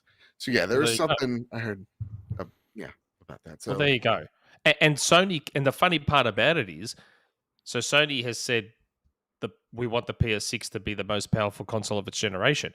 Even if they're going with ARM and a portable, they could still be the most powerful of that generation if Xbox is going with ARM and a portable as well. But Xbox So they is can still going to both have things can be. they're not just going to be a portable. I don't think they'll be just a portable. The rumor I had heard was that they were doing both, but I had also heard that they were going for same spec in both. Insane. That would be stupid. That's a stupid Why? rumor. Microsoft Well, whoever immune to told you that stupid, is dumb. right? No, they're not. Are That's why I said Microsoft immune to the rumor decisions? is stupid. And anyone who believes it named Nick. Very dumb. Next question. Okay. Okay, if you say so. I do behind your back all the time to John. We point, we laugh. I think Actually, that's a lie because John's never around to talk to. Yeah, I think John's like, Jesse and Nick have like this will they won't they tension. Right, Jeff- chat? John is the most absent full-time employee I've ever seen in my life. He was more present as a part-timer. He was way more present. Okay. Matthew, we talk a lot about the upcoming slate of Xbox first-party titles, but I would love to know which first-party title you are most excited for. Mine is a toss-up between Perfect Dark and Fable. Controversially, I adored Perfect Dark Zero and sunk over 1,000 hours into the multiplayer, albeit I will be slightly disappointed if the new Perfect Dark is exclusively single-player. Even more controversially, I have never played a Fable game. Oh my god, even I have. What? But I love third-person RPGs, so I'm excited to try this one out. Probably young. I'd have said Gears Collection, but I will have to wait for that to be announced in just a few weeks, eh? I like Perfect Dark Zero as well. I thought it was a cool game. And I loved it. Fun fact, you can still play the multiplayer of Perfect Dark Zero to this day because it allowed you to play against bots. All right, yeah. So you can get the achievements against bots too in Perfect Dark Zero. Again. Don't play Fable the Anniversary Edition. Please. Yeah. One of my Fable's- favorite No, games just of all jump to time. Fable 3. It's everyone's favorite. Don't do that. Fable was good. Don't do that. Perfect Dark is probably mine as well, Matthew. Again, and everything I keep hearing about Perfect Dark. I can't remember, when was I last on, Jesse? 2 weeks ago. A couple of weeks ago. Like, I know I saw the stories of Perfect Dark, and then Jeff Grubb had an update. What I heard was somewhere in between with Perfect Dark. So I think Nate the Hate said, no, Perfect Dark's actually in good shape. And Grubb had initially heard it was in bad shape. What I heard was somewhere in between for Perfect Dark. What I had heard was that from a gameplay perspective, it was very good and rock solid. But I had always heard good things about the gameplay of the new Perfect Dark. The stuff that I had heard was less encouraging, was like around the story and stuff like that. That was the stuff that I had heard was less encouraging. Not that it's a mess, not that it's bad, not that it's a disaster. Just some weird things around the love interest and all this weird stuff about Perfect Dark. I don't know. It was just some odd stuff. Making it woke. You heard it here first, folks. A love interest. Is that woke? Just, I don't know. I had just heard some weird stuff around the story. If you want to upset incels, you bring up a love interest, and they're like, what's that? Exactly. A love interest is a love interest. Lots of games have love You missed the interests. beginning part. That made it a joke. I would say Indiana Jones, but John shotgunned that review, so I'll go with Avowed. Okay. Fable 100% for me. I would then say Indiana Jones because I love Indiana Jones. Love. Oh, you got a problem with Nazis? I hope Indy's good. It looks good. It looks good.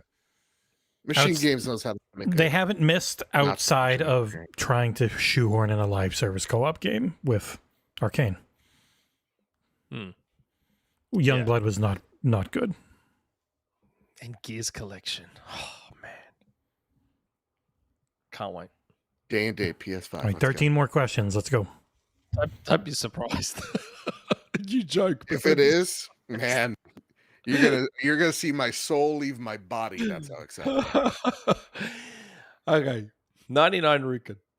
I just want to start off with I'm still irritated with the studio shutdown. So am I. Especially Tango. Me too. Hopefully, but I doubt might happen, is that Microsoft reverses the Tango decision and puts them under Xbox Game Studios.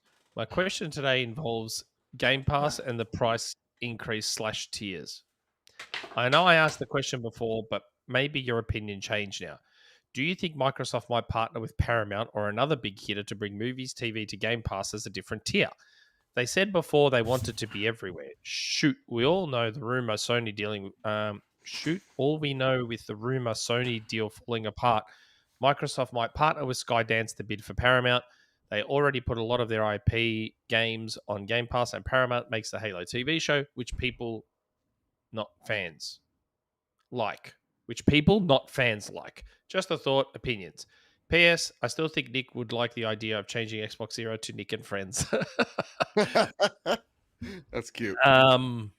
No. I think, it's funny. I remember hearing a while back from one of my sources that I think Microsoft was looking into like an entertainment tier of Game Pass. It probably went nowhere. Again, we all know there's always discussions going on behind the scenes. But I think Microsoft was looking at it ages ago about having an entertainment tier on Game Pass. And I think that probably just moved to, how now you get perks, 3 months of YouTube Plus, Premium, 3 months of Apple TV Plus, a month of Disney Plus. I think instead of having those tiers, they just chucked the perks in. That's probably where it went. But I know it was something I'd heard that it was something they were discussing some time ago. But yeah, I mean, I don't know. Maybe they look at Paramount. I mean, if Sony was interested, maybe Microsoft's like, oh, well, hold on a second. Maybe we're interested in it. But I don't know. ABK has probably just caused them to be like, you know what? We're not buying anything big for a while.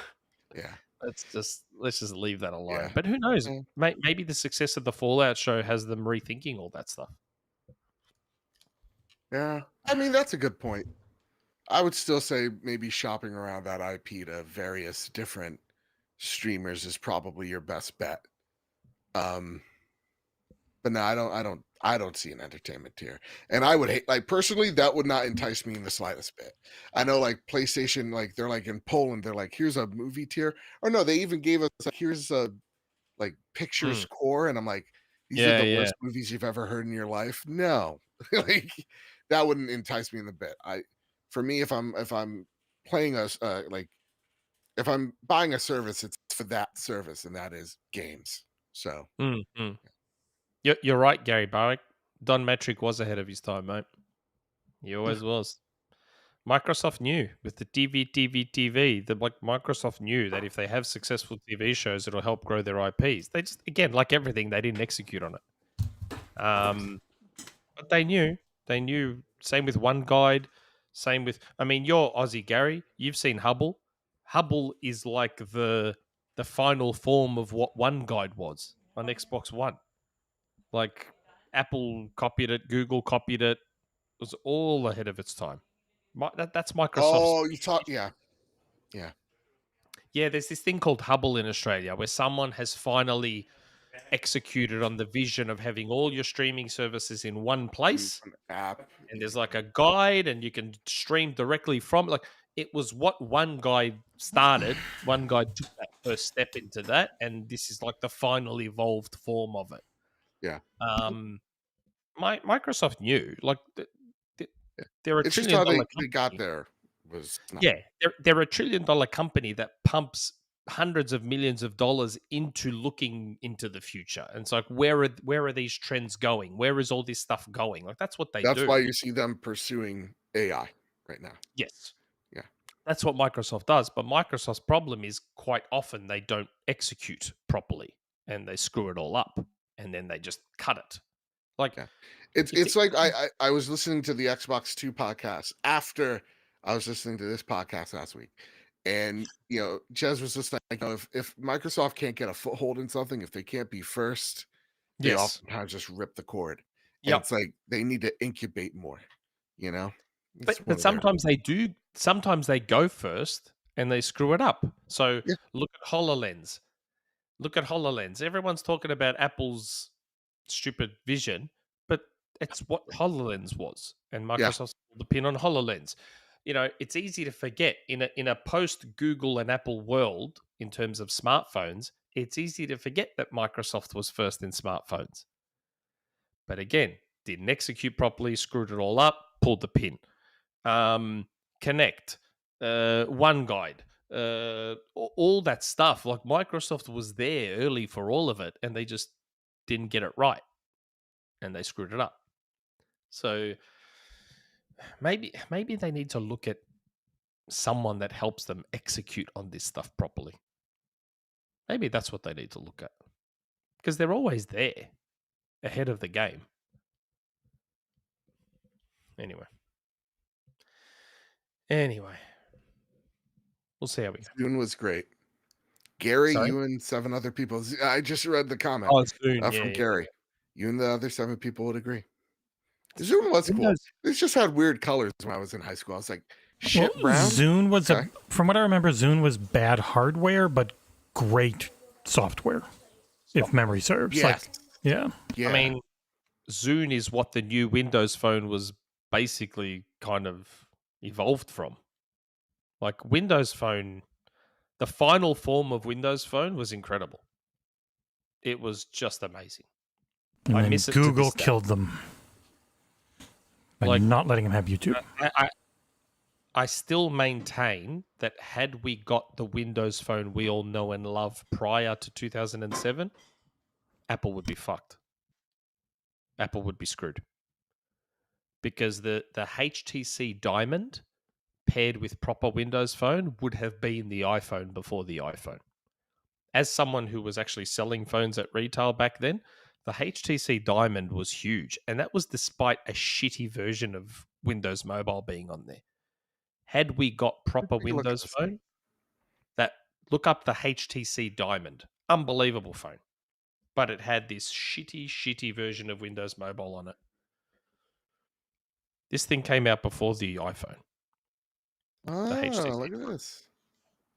Have a look at that. That was before the iPhone. But it had this garbage version of Windows Mobile on it rather than the Windows Phone we all know and love. Yeah. What could it be? Little keyboard. Yeah, what could it be? Keyboards. What could it have been? Wait, you know what game was good? What's that? Lords of the Fallen, which is playing right here. And it comes to Oh. Game Pass on the 30th. I freaking loved that game. It was so goddamn good. I'm a huge Dark Souls 3 fan. I would call Lords of the Fallen to Dark Souls 3 what Liza P was to like Bloodborne and a little bit of Sekiro. Liza P. Yeah, Abdel, Windows Phone had the same problem as Xbox in 2022, no content. Well, that was the thing. By the time Windows Phone was developed and evolved properly, Apple and Google were already established, and app makers couldn't be fucked making apps for Windows Phone. They just weren't bothering. It was no point. And You Google, had that Rudy guy.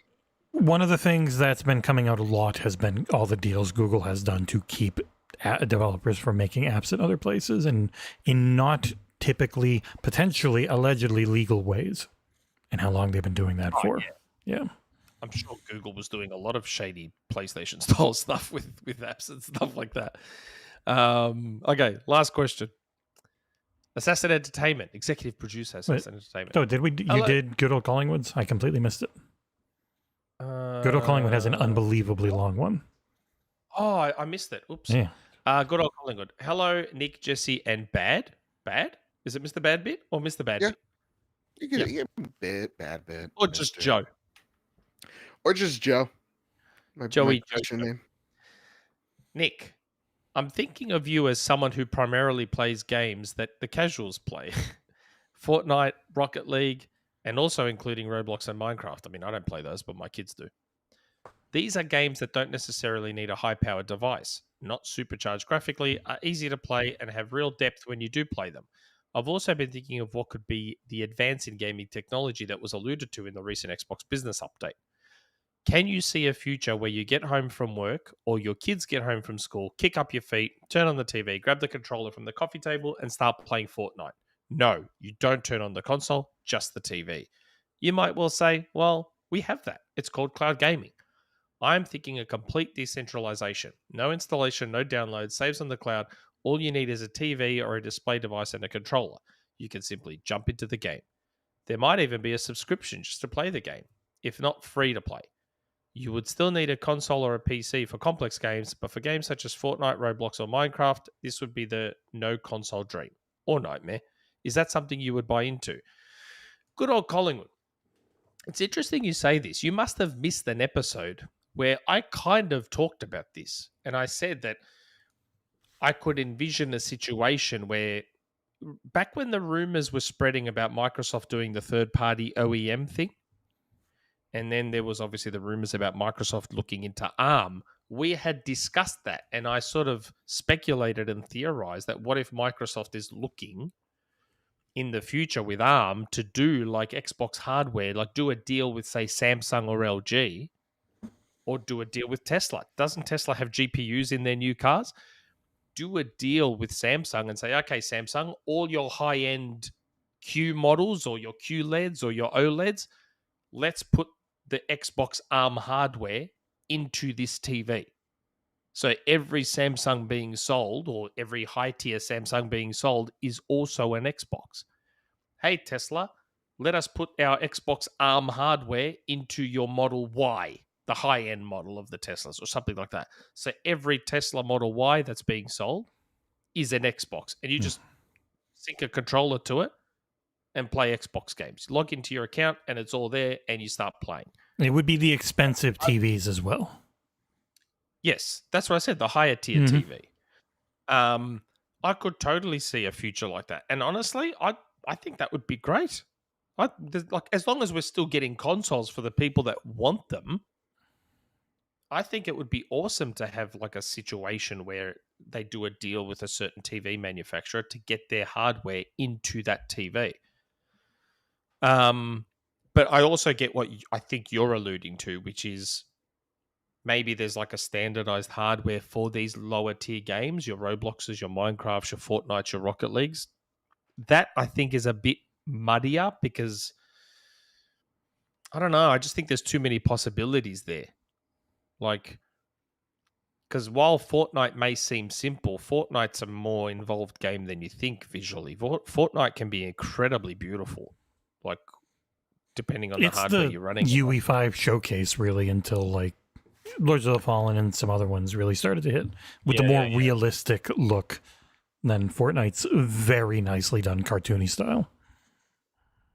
I could totally see a world where, I think it would be Xbox that would more likely do this than PlayStation or Nintendo, especially not Nintendo. I could see Sony do it with their Bravias. I could totally see Sony go, fuck it, we'll put our... If PlayStation was to go with ARM, I could totally see Sony going, fuck it, we'll put PlayStation 6 hardware into the high-end Bravias. You don't even buy the console, you just buy the TV, and the PlayStation 6 is already built in there. Sync your DualSense to it, and away you go. I could see Sony doing something like that for themselves. Yeah. They wouldn't do a deal with Samsung. They wouldn't do a deal with LG. They'll do it for themselves. Where I could see Microsoft partner with their competitors, Samsung, LG, TCL, whoever, to get Xbox hardware. Sorry? If it was LG, French kiss. Oh, I've got an LG. That OLED you kind of see in the background is an LG. Yeah, this one right here. I love it so much. I could totally see stuff like that happening, and I reckon it'd be great. I reckon it'd be good to bring more people to gaming that don't have to buy a dedicated device. It's like, oh, okay, I was looking to buy a new TV anyway. I'll spend a little bit extra and buy the high-end Samsung and get my console built in there or something like that. It wouldn't be the biggest market because most TVs are cheap and are 1080p. It's still like roughly half and half on 4K and 1080p. So it would be more than zero that you have now, but it pretty much no, not in terms of what's being sold in stores. You can't buy 1080p, 1080. I don't know how it is in America. I'm talking about global averages. It's about half and half for 4K to 1080. But what I'm saying is, in terms of what you can walk into a store and buy. Me too. In Australia, it's almost impossible to buy a 1080p TV in Australia now. You are the You just can't exception. get down Globally, here. We only sell so I think the last number I saw was 55% 4K, 45% 1080p or lower, like 720p if it's a small TV, for global new television sales. That was 2022 or 2023. God, Australia has obviously just ditched 1080 completely. Like the only 1080 TVs you can buy here is like a couple of 32-inch models and 26-inch models. That's it. It's all 4K plus here and 8K. We also have a few 8K Samsung models. The most useless of Ks. Apparently, the upscaler in it is incredible. Mm. That's all it's doing. It's upscaling. Yeah, you still got to be like a specific range for it to matter. Like, oh, I've got a 65-inch TV that I'm 3 feet away from. Boy, thank God it's 8K. Yeah. But yeah, that's crazy. I didn't realize down here, only because down here you haven't really been able to buy 1080 TVs for years down here. For years. Well, also, a lot of places that don't have great internet, there's no point when you can't stream 4K well. Okay. Last question. Executive producer, Assassin Entertainment. Hello, John's not here. Jesse, Nick, and MrBadBit. So for the past couple of weeks, I've been digging deep in Gears of War campaigns. In a week and a half, I beat Gears of War 2, 3, and 4, and most recently I finished Act 2 of Gears 5. Needless to say, I'm becoming a fan of Gears of War, and if Gears 5 keeps being as good as it is, I'll be even more excited for Gears 6. My question is basically something related to Square Enix again. With Square Enix recently announcing going multi-platform with future AAA releases, do you guys think we will see an initiative where they port games over to other? Hold on. I don't know if there's a whole bunch of typos here. Do you guys think They instead of the? where they port games to other platforms? Yeah. I think last generation there was so much inconsistency with which Square Enix games launched on which system. It was practically head hurting. For example, Octopath Traveler launched on Xbox while the sequel did not. Thank you guys, and I appreciate all the hard work you put in. P.S. John, can't wait for your Hellblade 2 review. Anyone else surprised the embargo lifts at launch? They must either be confident or they're trying to avoid spoilers. They said With the directly Hellblade, trying to avoid spoilers was their direct wording. I've seen a I lot also of think it helps tournament- them. What do you Like the day of to like garner like excitement.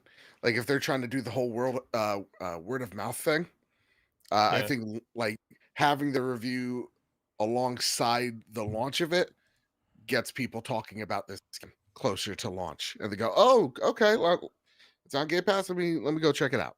That's what I'm thinking. Well, I've seen a lot of sentiment online about, the reviews don't come out till that day, or they mustn't be confident. I'm like, I feel like that's not a thing anymore. Like, I mean, I remember it was either Doom or Doom Eternal. The reviews weren't till launch day. I think it was Doom Eternal. was amazing. Yeah. Alan Wake 2, the reviews weren't till like launch day. Yeah, because they didn't get it to us until amazing. 3 days before. Baldur's Gate 3, they got it to people a day or two before launch on PC. No one had a and the reviews that were out, first for Baldur's Gate 3, I don't think most of those made it to Act 2 or 3 and saw the issues that were there. Like, it's not... Embargo timing is rarely ever indicative of game quality. I have had games that I got a month early that had an embargo a week before launch that friggin' sucked. Like, I've had games... I had Elden Ring 5 days before launch it came in. Like, every single game is different. They're all different. They never really mean that much compared to each other.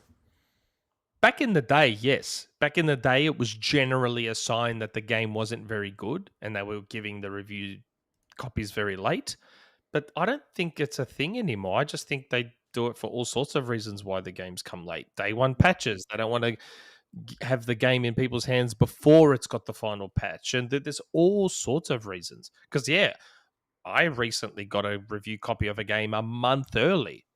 The game wasn't anything spectacular. It was just an okay game. Yeah. I don't think it means as much anymore.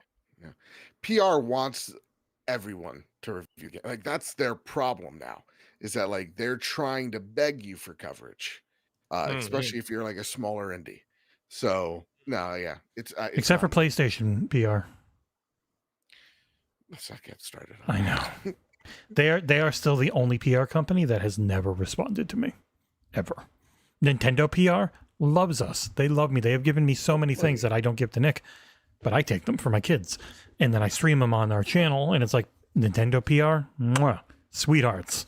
Everyone has been great. Except for PlayStation PR. We are not Canadian enough for PlayStation PR. That's all I'll say. Yeah, with Square, we were talking about Square before, and we said it, how weird Square are. Octopath was on Xbox but not PlayStation, but then Octopath 2 was on PlayStation but not Xbox. So you've got this weird scenario where PlayStation gamers haven't played the first one and Xbox gamers don't get to play the sequel yet. Octopath 2 is meant to be coming to Xbox. Who the hell knows when? Yeah, they didn't give I don't think they gave like a window, but they said it was coming, but I don't think that one got a release window. No. And like, surely they're going to look at Octopath 1 on PlayStation. Like, why wouldn't they? It's just, they do stupid shit like that. I just don't understand it.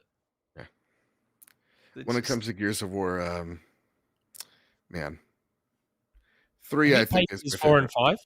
What's that? Yeah, 4 and 5. 4 and 5. I didn't have a problem with 4 like a lot of people did. Like the story isn't as good. I don't think JD is as compelling of a character, but I still enjoyed my time with it. Gears 5, I really love Kate, and I genuinely liked where Nick doesn't care about story. See, you're talking about story and where story goes. Nick doesn't give a shit. He skipped all of it. He has no idea what happened. He's just like a gameplay and setting and mood guy and not an actual story. He skipped every cutscene in Alan Wake 2. You don't listen to Nick about games. Sure. No, that's true. When you care about the story. Like Gears 3, I mean... Gears 3 is amazing. Man. There is not a bad Gears of War game. I even enjoy playing through Gears of War Judgment for what it is. That one I have issues with. It's not great. Judgment was trying to be ODST. It was trying to be Halo ODST, and it didn't quite pull it off. Well, I have hot takes on People Can Fly. Oh, okay. You didn't like Bulletstorm? No. I'm the only person that does not like Bulletstorm. I cannot stand their writing and voice acting. Exactly. It kills every game for me. Just cursing the curse. And it's not cutscenes, it's everything. During gameplay, like you can't avoid it with them. Admittedly, I did not get to play Hive Busters. Very good. You have to. Nick overrates it. It is great. It's as good as 5. Okay. It's got superpowers. It's got horde ability superpowers in it, and I think that sells him on it more. Okay. No, to me, it's just better. As in, it's smaller. It's more. Oh focused, yeah, you also don't like actually playing most games. I love Hive Busters, and visually, it's just oh my god, like you get more of that jungle setting. That's what I'll do. Very pretty. Like there's something I can't talk about right now in terms of graphics on Xbox. But man, Coalition with Gears 6 and Unreal Engine 5, oh, Jesus fucking Christ. Like, Gears 6... I changed my answer from before. Gear 6 is the thing I'm most excited about. Y'all don't know how much I love Gears. Gears 6, in terms of visuals, because I don't like the idea that Gears 6 might be even more open world than 5. I don't like the idea of that. But visually, Gears 6 is just going to be something that, like, I just don't think the world is going to be prepared for. Like, I don't know. And again, that's not based on, I haven't heard anything. We all know how good Coalition are from a technical point of view.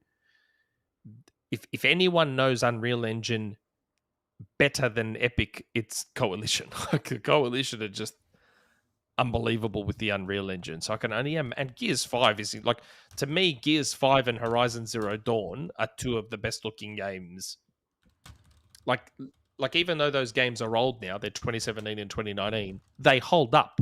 Like Horizon Zero Dawn still looks fantastic today. Gears 5 still looks fantastic today. So I can only imagine what they're going to do with Unreal Engine 5 and Gears 6. It's just going to be next level. Just unbelievable. It's gonna look great on PlayStation 5, you know. Yeah, PS5 Pro. Hoo boy. I love to go into some chats. And I want cheers, but I also want an equal amount of booze. You know. So Yeah. that's my job. Yeah. Okay. That's it. That was the last question. We're done. We're finished. And that ended up being a much longer show than I thought it was going to be. Not me. Likewise, but I had a lot of fun, boys. Thank you for having me. We ended up. I thought we were going to be on track for an actually surprisingly short show, and I don't know. You always think that, but when you are on, it is not going to be a short show. But thanks for joining us, Joe. Thanks for making the time. Yes, it was very fun. I thought I'd reach out because, there was a lot of PlayStation news. So I thought, you know what? Much to Gary Barwick's chagrin. He was not happy with all the PlayStation talk. Yeah, I know, but there was a lot of fairly big news to do with PlayStation. So that's what I thought. Thank you all for having me, and thank you, chat, for tolerating me as well. Quite a few of you. Yes. I didn't see as many boos as I thought I'd have. I got to work harder next time. Yep. Thanks for making the time. Where can we catch you, Joe? Where can the people find you? Right. Okay, let's do this. You can find me over at Twitter. I refuse to call it the other thing. At MrBadBit. Yes, so dumb. At MrBadBit on Twitter. You can find the Trophy Room on Twitter at PS Trophy Room. You can find the Trophy Room, a PlayStation podcast made by the players for the players, where each and every Wednesday night live, me and my best friend Kyle talk about the latest and greatest in all things PlayStation, and on podcast feeds the very next day. And yeah, you could catch us on Apple Podcasts, Google Podcasts, rip Google Podcasts, Spotify, wherever you find YouTube Music.